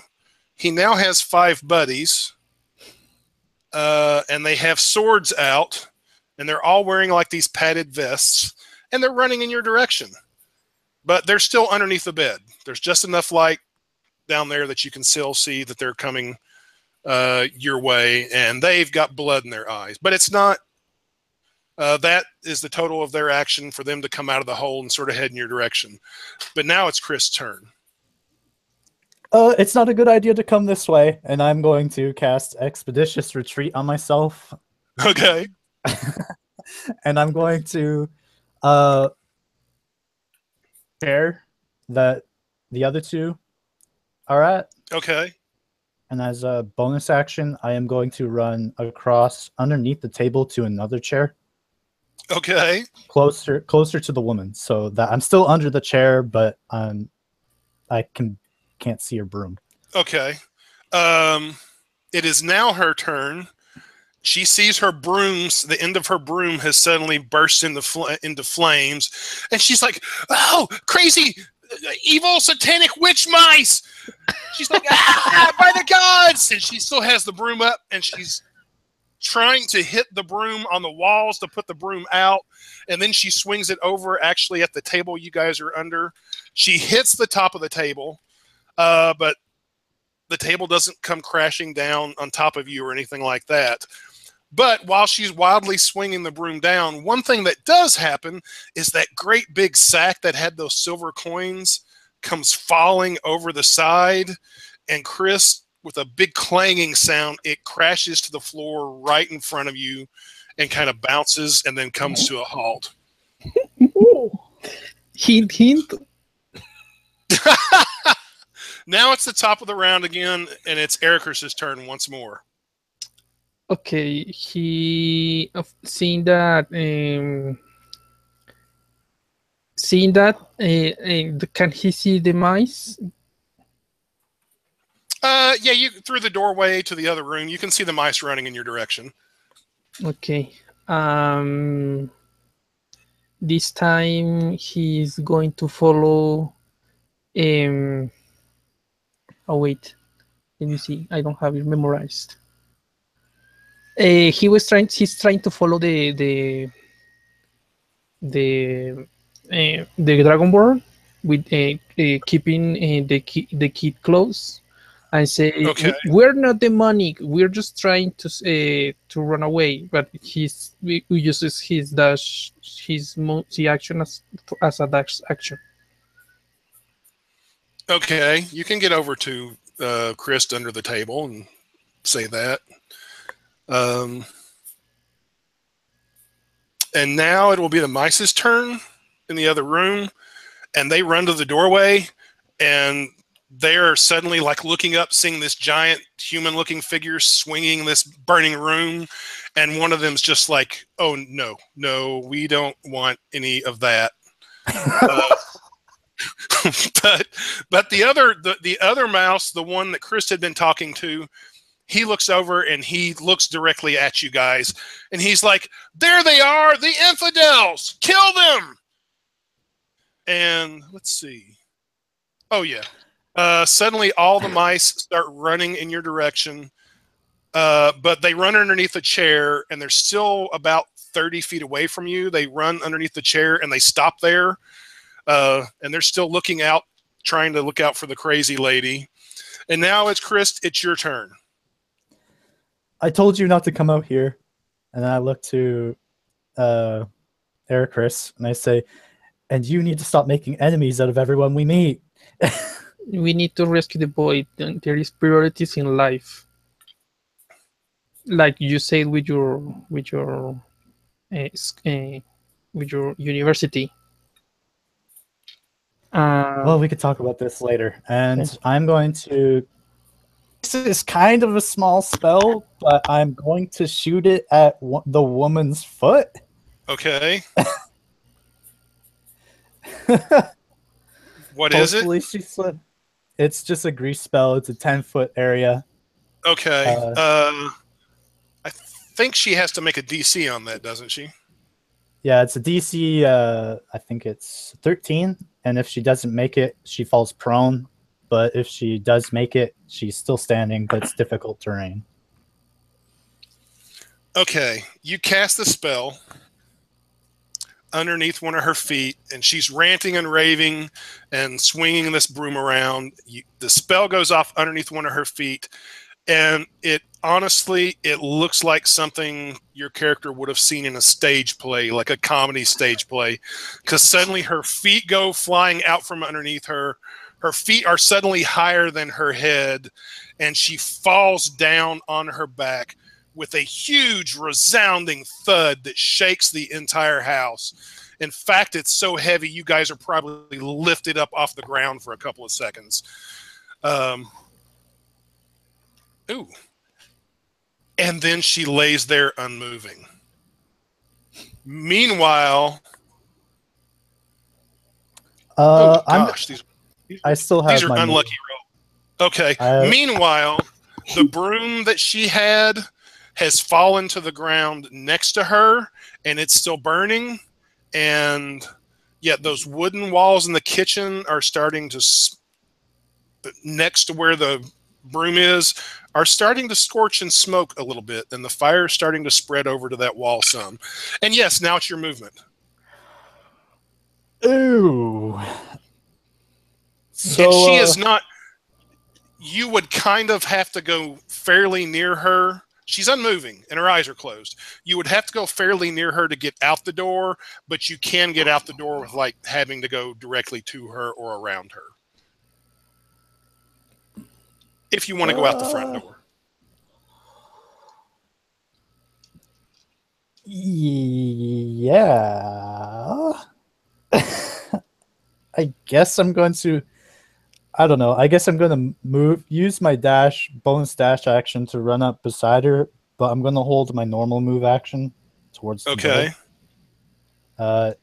Mostly for the other two to catch up to me. That's going to be my trigger. So when those two catch up to me, I'll head towards the door. Okay. Now it would normally be her turn, but she doesn't seem to be moving. And so it's the top of the round. Ericus, it's your turn. I will signal the boy to use his full movement to get to the dragon board. Okay. The two of you get to him. I will use... how many spots are getting in fire? Are catching fire? One spot, but from your viewpoint, it's a fairly large spot. Okay, so Arachris has the ability to turn the scorching ray into a cold ray. Okay.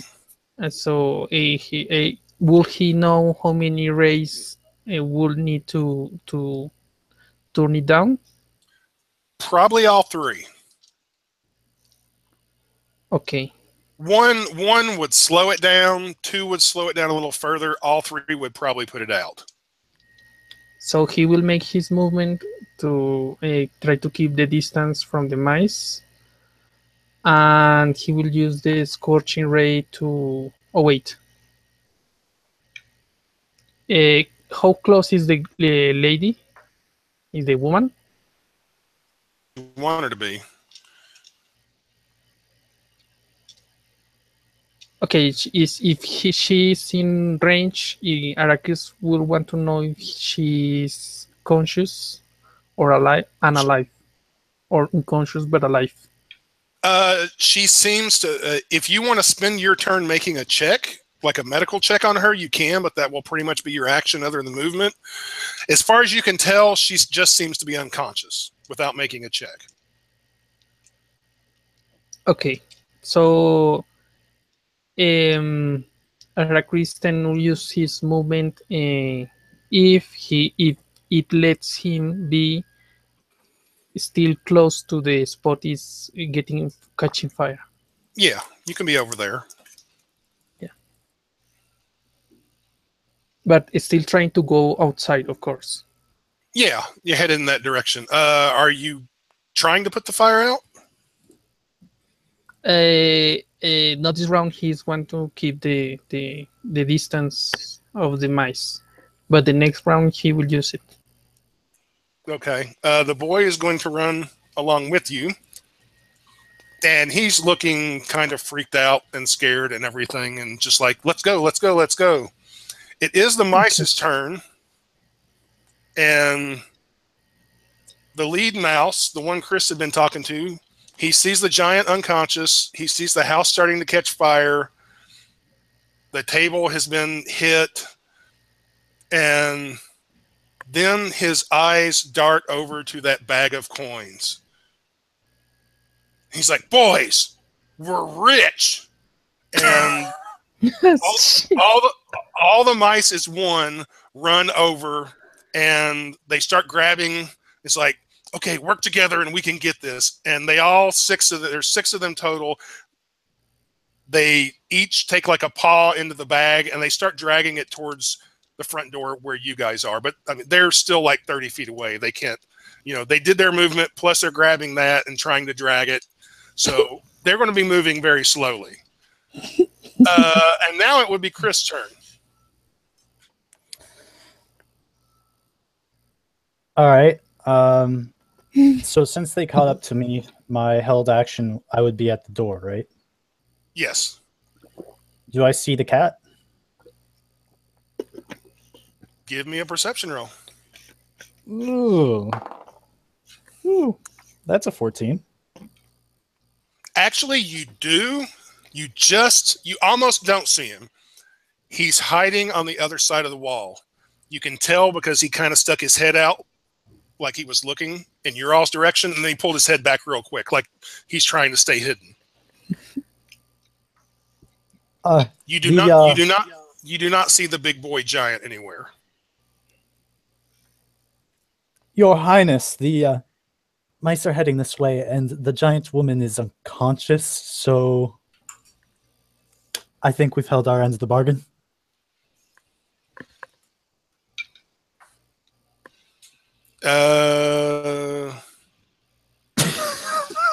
Okay, is that all you want to do?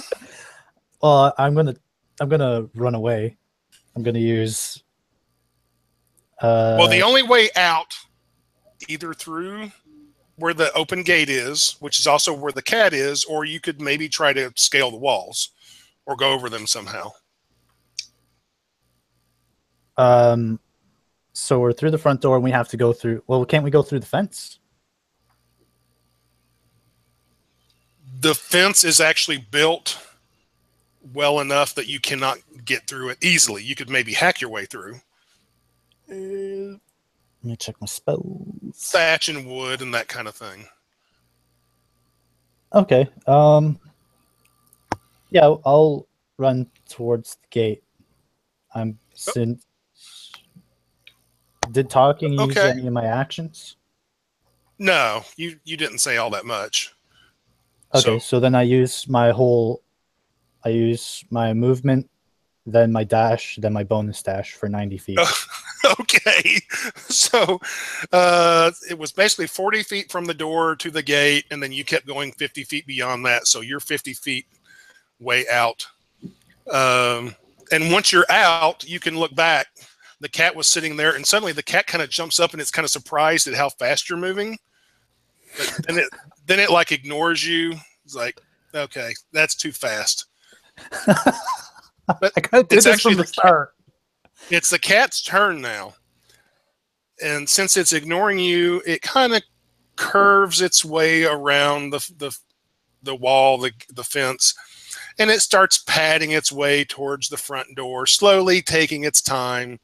And it's like, oh boy, the woman is down and all my little playthings are in one spot just for, holy shit, the house is on fire. And then the cat turns and darts away. And now it's the giant woman's turn. And she's still laying there unconscious with the fire next to her starting to get bigger and bigger. Top of the round, it's Ericus's turn now. This time he's going to use the scorching ray. He's going to make a cold ray from it. Okay. It won't be that hard, but give me 3 rolls to hit.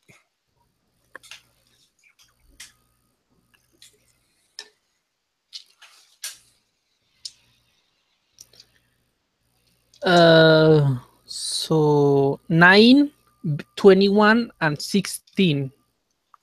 Okay, the first one actually misses, and it goes into the other room. It goes through the doorway into the other room. But the second 2 hit, and they do not completely put the fire out, but they definitely lessen it quite a bit. For 10 and 11 points of damage. Okay, and you've hurt the wall a little bit. Okay, and he moves the rest of his movement, his rest of the movement to go out. Okay, and screams to the mouse. If the house burns out, that money will not serve you dead if you're dead. And he keeps the boy close to him. Yeah, the boy stays with you. You're 30 feet out, almost to the gate.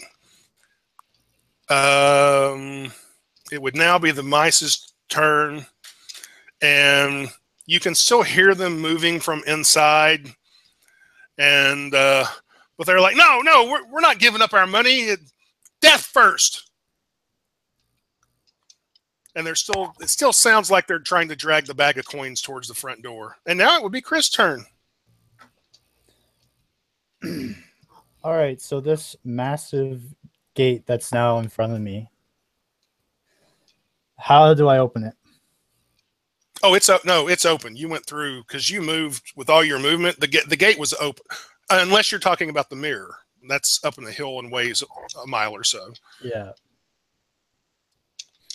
All right, so I just survey my area around me, I guess. See what I can see. Okay.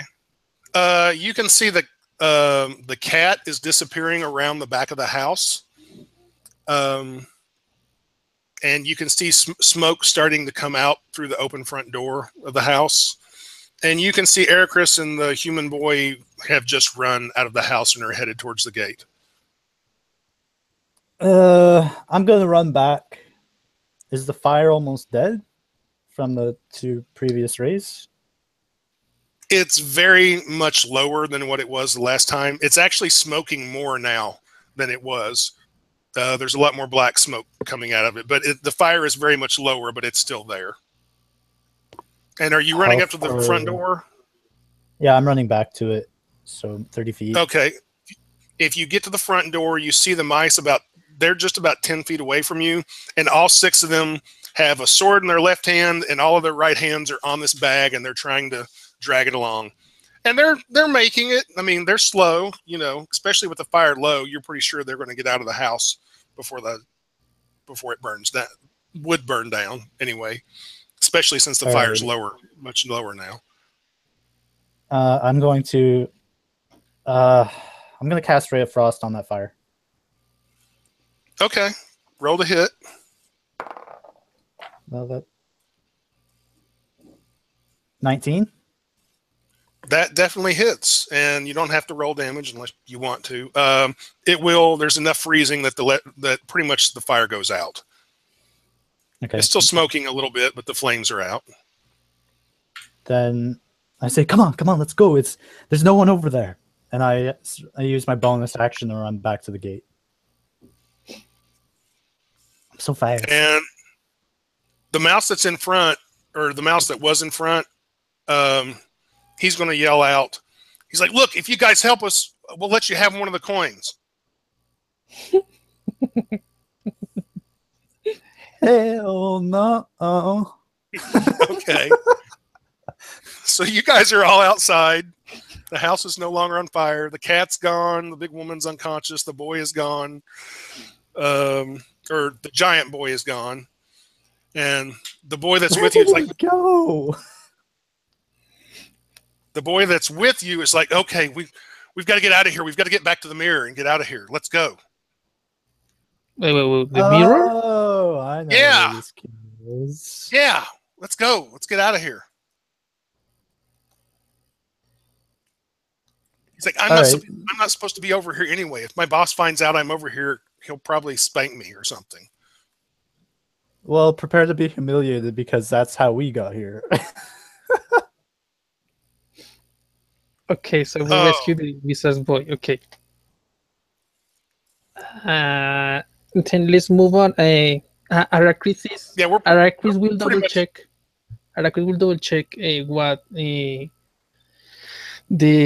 Dragonborn wants to do about the money, but he's not that interested in robbing a woman. He was just curious to see what was inside the house, and since he saw the boy, he was trying to rescue him, but in the money, I mean, he's not if it were a ton of money that I will see that the lady will not really need, he will pick a little bit, but he's not interested. Well, as you guys leave, you will see the mice like carrying this bag out the front door.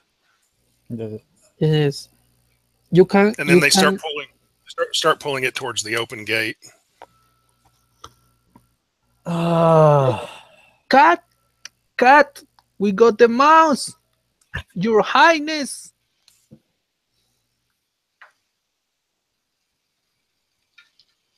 From the distance, you hear the cat yell out, "The house is on fire. I would be crazy to come back up there."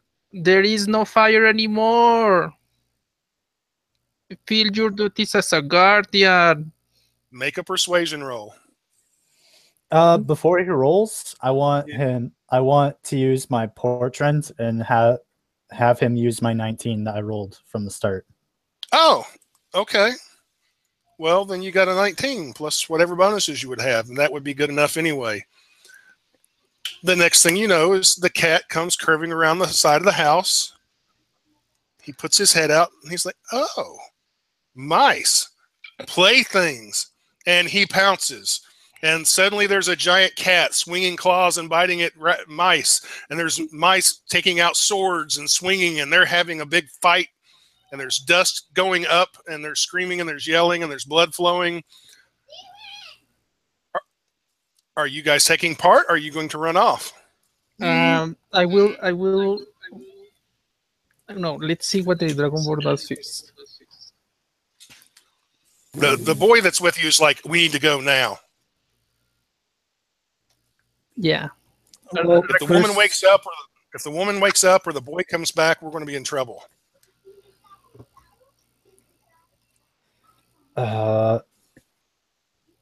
I would like to help the cat. And the boy's like, "If we help the cat might eat us." You can grease the mice and let's move on. Yeah, I'll just do that. I'll use on. Okay. Just to spite him. I'm going to use it on the lead mouse. Okay. Yeah, he goes down. And in fact, not only does he go down, oh my gosh, 4 of his companions also go down on top of him.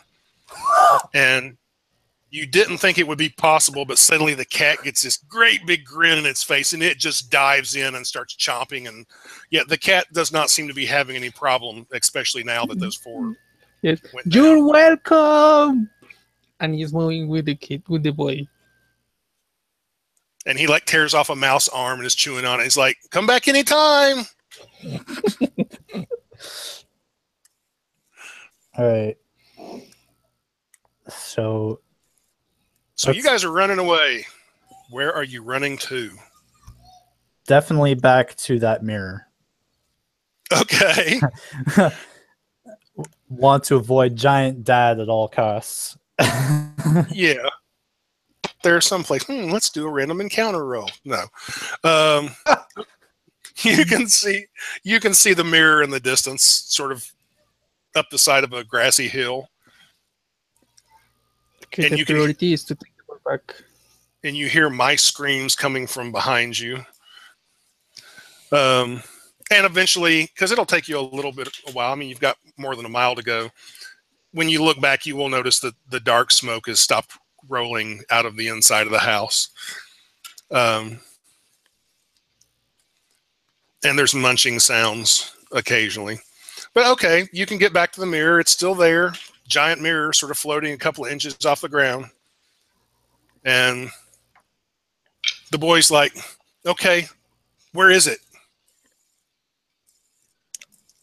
Oh, you don't have a ring thing. What ring thing? Oh, That's I where guess you you got wouldn't trapped know. here. Rakles will pop up his familiar Okay. and say, Rina, please stay still, and he will take off the ring Okay. and pop her back to her pocket dimension and say, All right. you need this to pass through the doorway. Oh, I didn't know that part. And he'll take it and put it on one of his hands. He's like, oh, yeah, there's the mirror. And he jumps through. Yeah, Rakris follows Okay. and pop ups his familiar on the other side. Okay. The familiar's there. And is Chris going to jump through? Or is he going to stay behind and have a new home? He jumps through. Okay. Again, there's kind of the sensation of falling a little bit, just like an inch or two, not enough to drop you or anything like that. And you find yourselves back in the lower room of Teluthius's tower in the basement level. And he's got a little table. The old man is sitting there in a chair next to a table, and he's got his feet propped up on the table, and he's sitting there with a book. And as all of you come through, he's like, oh, he slams the book down. And he suddenly jumps up, and he's like, that's all of you. And the boy. Okay, we'll talk about this later. And then he will reach over, and he grabs that iron lever and pulls it back down, and the mirror stops glowing. He's like, well, you two were gone a lot less time than I thought you'd be, but I'm sure that can be explained by this stupid boy over here. A lot of both things. We managed to get a loose map of the area, but on the other side, the things are in here. We faced giants. Ooh, giants. They're not just your ordinary giants, like they're 24-foot tall. These ones are about 50 foot tall and live like commoners. How interesting. And I'm gonna try my best, but I'm gonna kind of draw and scribe in another scroll that he gave me. To try to depict just how different things were. Okay, that's fine. He's like, oh, well, yes, you must make notes. Write down everything you can remember. I'll bring you food and drink. And if you even want to stay the night, I'll find bedrooms for you. Go see to all that, boy. And the youth is like, oh, okay, boss. Wait. Give back the ring. Yeah. Give back the ring. Oh, yeah. He takes the ring off and holds it back to Ericus. And yes, actually, Teluthius holds out a hand and says, yes, if I could have all the rings back, please. Yes, and he says the next time you will have to ask him permission to go to the other side. You know what happened when you go that without him knowing. And he delivers the rings. And the boy's like, yes, I learned my lesson. And he gets a stern look from the wizard, and the boy turns and runs away. since I'm writing and concentrating on writing and drawing, I'm just going to take the ring off and put it on beside the scroll that I'm writing on. That's fine. Julithius will come over and pick it up, actually. He will notice you did that. And he just puts the rings away inside the folds of his robes. He's, oh, that sounds like so exciting. You must have had a grand time. I'm glad to see none of you are injured also. Yeah, Yes. well, a kid, giant kid was playing with your assistant as a toy. Oh. Well, that may have been unpleasant. But he had it coming. He shouldn't have gone through the mirror. You have to take care more about your boy, or he will leave your side.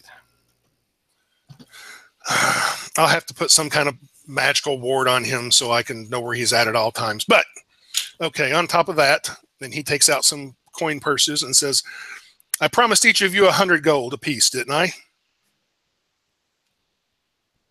Did he? I don't think we talked about that.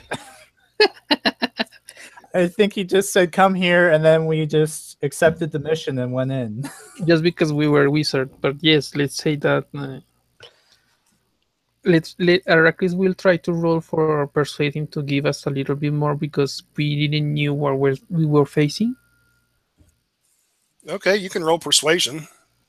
Before he rolls, I'm going to actually have use up the last of my portent and give him a 9. That's okay. Okay. Then I will use guidance. Can I use guidance? Sure. I know what you've got to beat. So give me the best roll you can with a 9. 11. The wizard's like, I think 100 gold will be more than enough, considering you don't seem to be injured or damaged in any way. But we rescued your boy. Just leave it like that. Then ask him for money because I didn't tell him to go over there in the first place. Let's say let's. What about this? If we accept that money, thank you for the money. But if you let us come back here and help you out and learn from this device, maybe that will close the gap.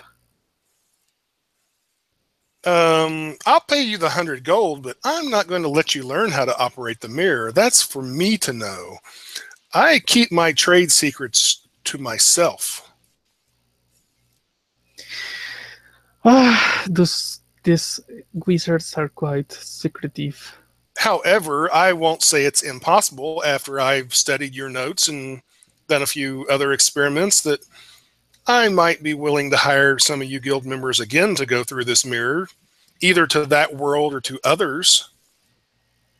Okay, I will have to make a copy of this map that I made, and I will give this back to you, one of the copies to you. Ah, very well. And he'll provide you with a nice setting, like a little library room with desks and plenty of light and things to write with and stuff like that. And like I said, he's willing to put you up for the night even if you'll stay and finish your notes and that sort of thing. Okay. Yeah, that sounds doable. And he'll give each of you 100 gold. And the boy is a bit sheepish, but he does serve and bring you guys food and whatever you want to drink. And for all intensive purposes, the adventure is pretty much over. But you guys, when you're done, can do if there's anything you want to do. I don't think so. Arrakis will go back to his studies as soon as he finished, or maybe peek around the wizard's library. If he finds something interesting, maybe sneak a spell or something, but not to rob him, not to steal from him, but to copy. In the library that he has put you in, and you would guess there are probably other libraries in this house because it's a pretty sized house. The library he has put you in, you will not find any magical books in there. It's mostly like history books and things like that. Okay. A few religious related books, but there aren't like any spell books or anything like that in there. He's not Okay. that dumb.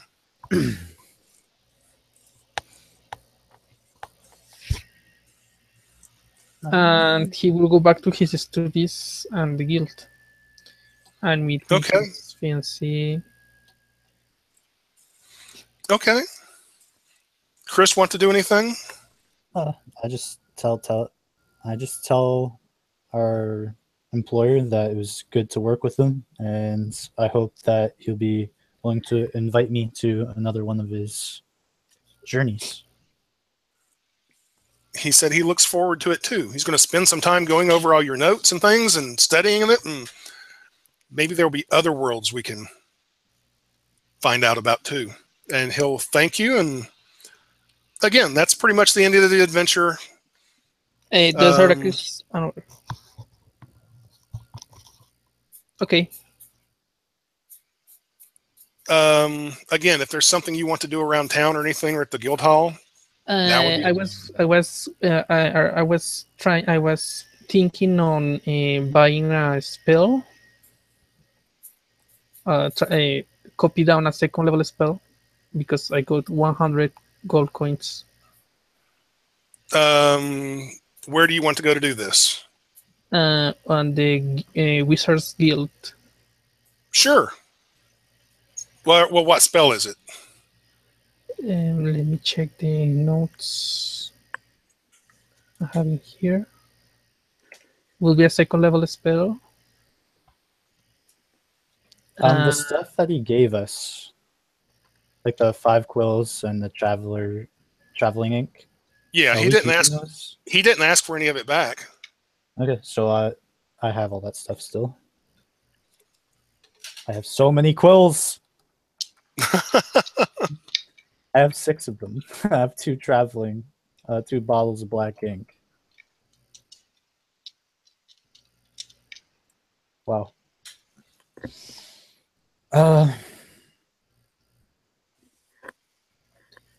Okay, we are here. Actually, the only thing I can really do is, I guess, just as downtime. I guess I'm going to go back. I'm going to go take some leave to go to my university. Okay. And I'm going to obviously do what my title would suggest and be a professor for a while. And teach? Yeah. So you're like Indiana Jones. Yeah, so I go back to the University of Magic and I start blabbering about Arcana. Is either spider climb, see invisibility, or levitate? Let's see what roll. You can do any one of those. Yeah, I want to see which one I would pick, so I'll try to make a roll. So as it turns out, I actually do have level 3, which is going to be nice. Oh, you're level 3 now? Yeah, it turns out I had 2 experience.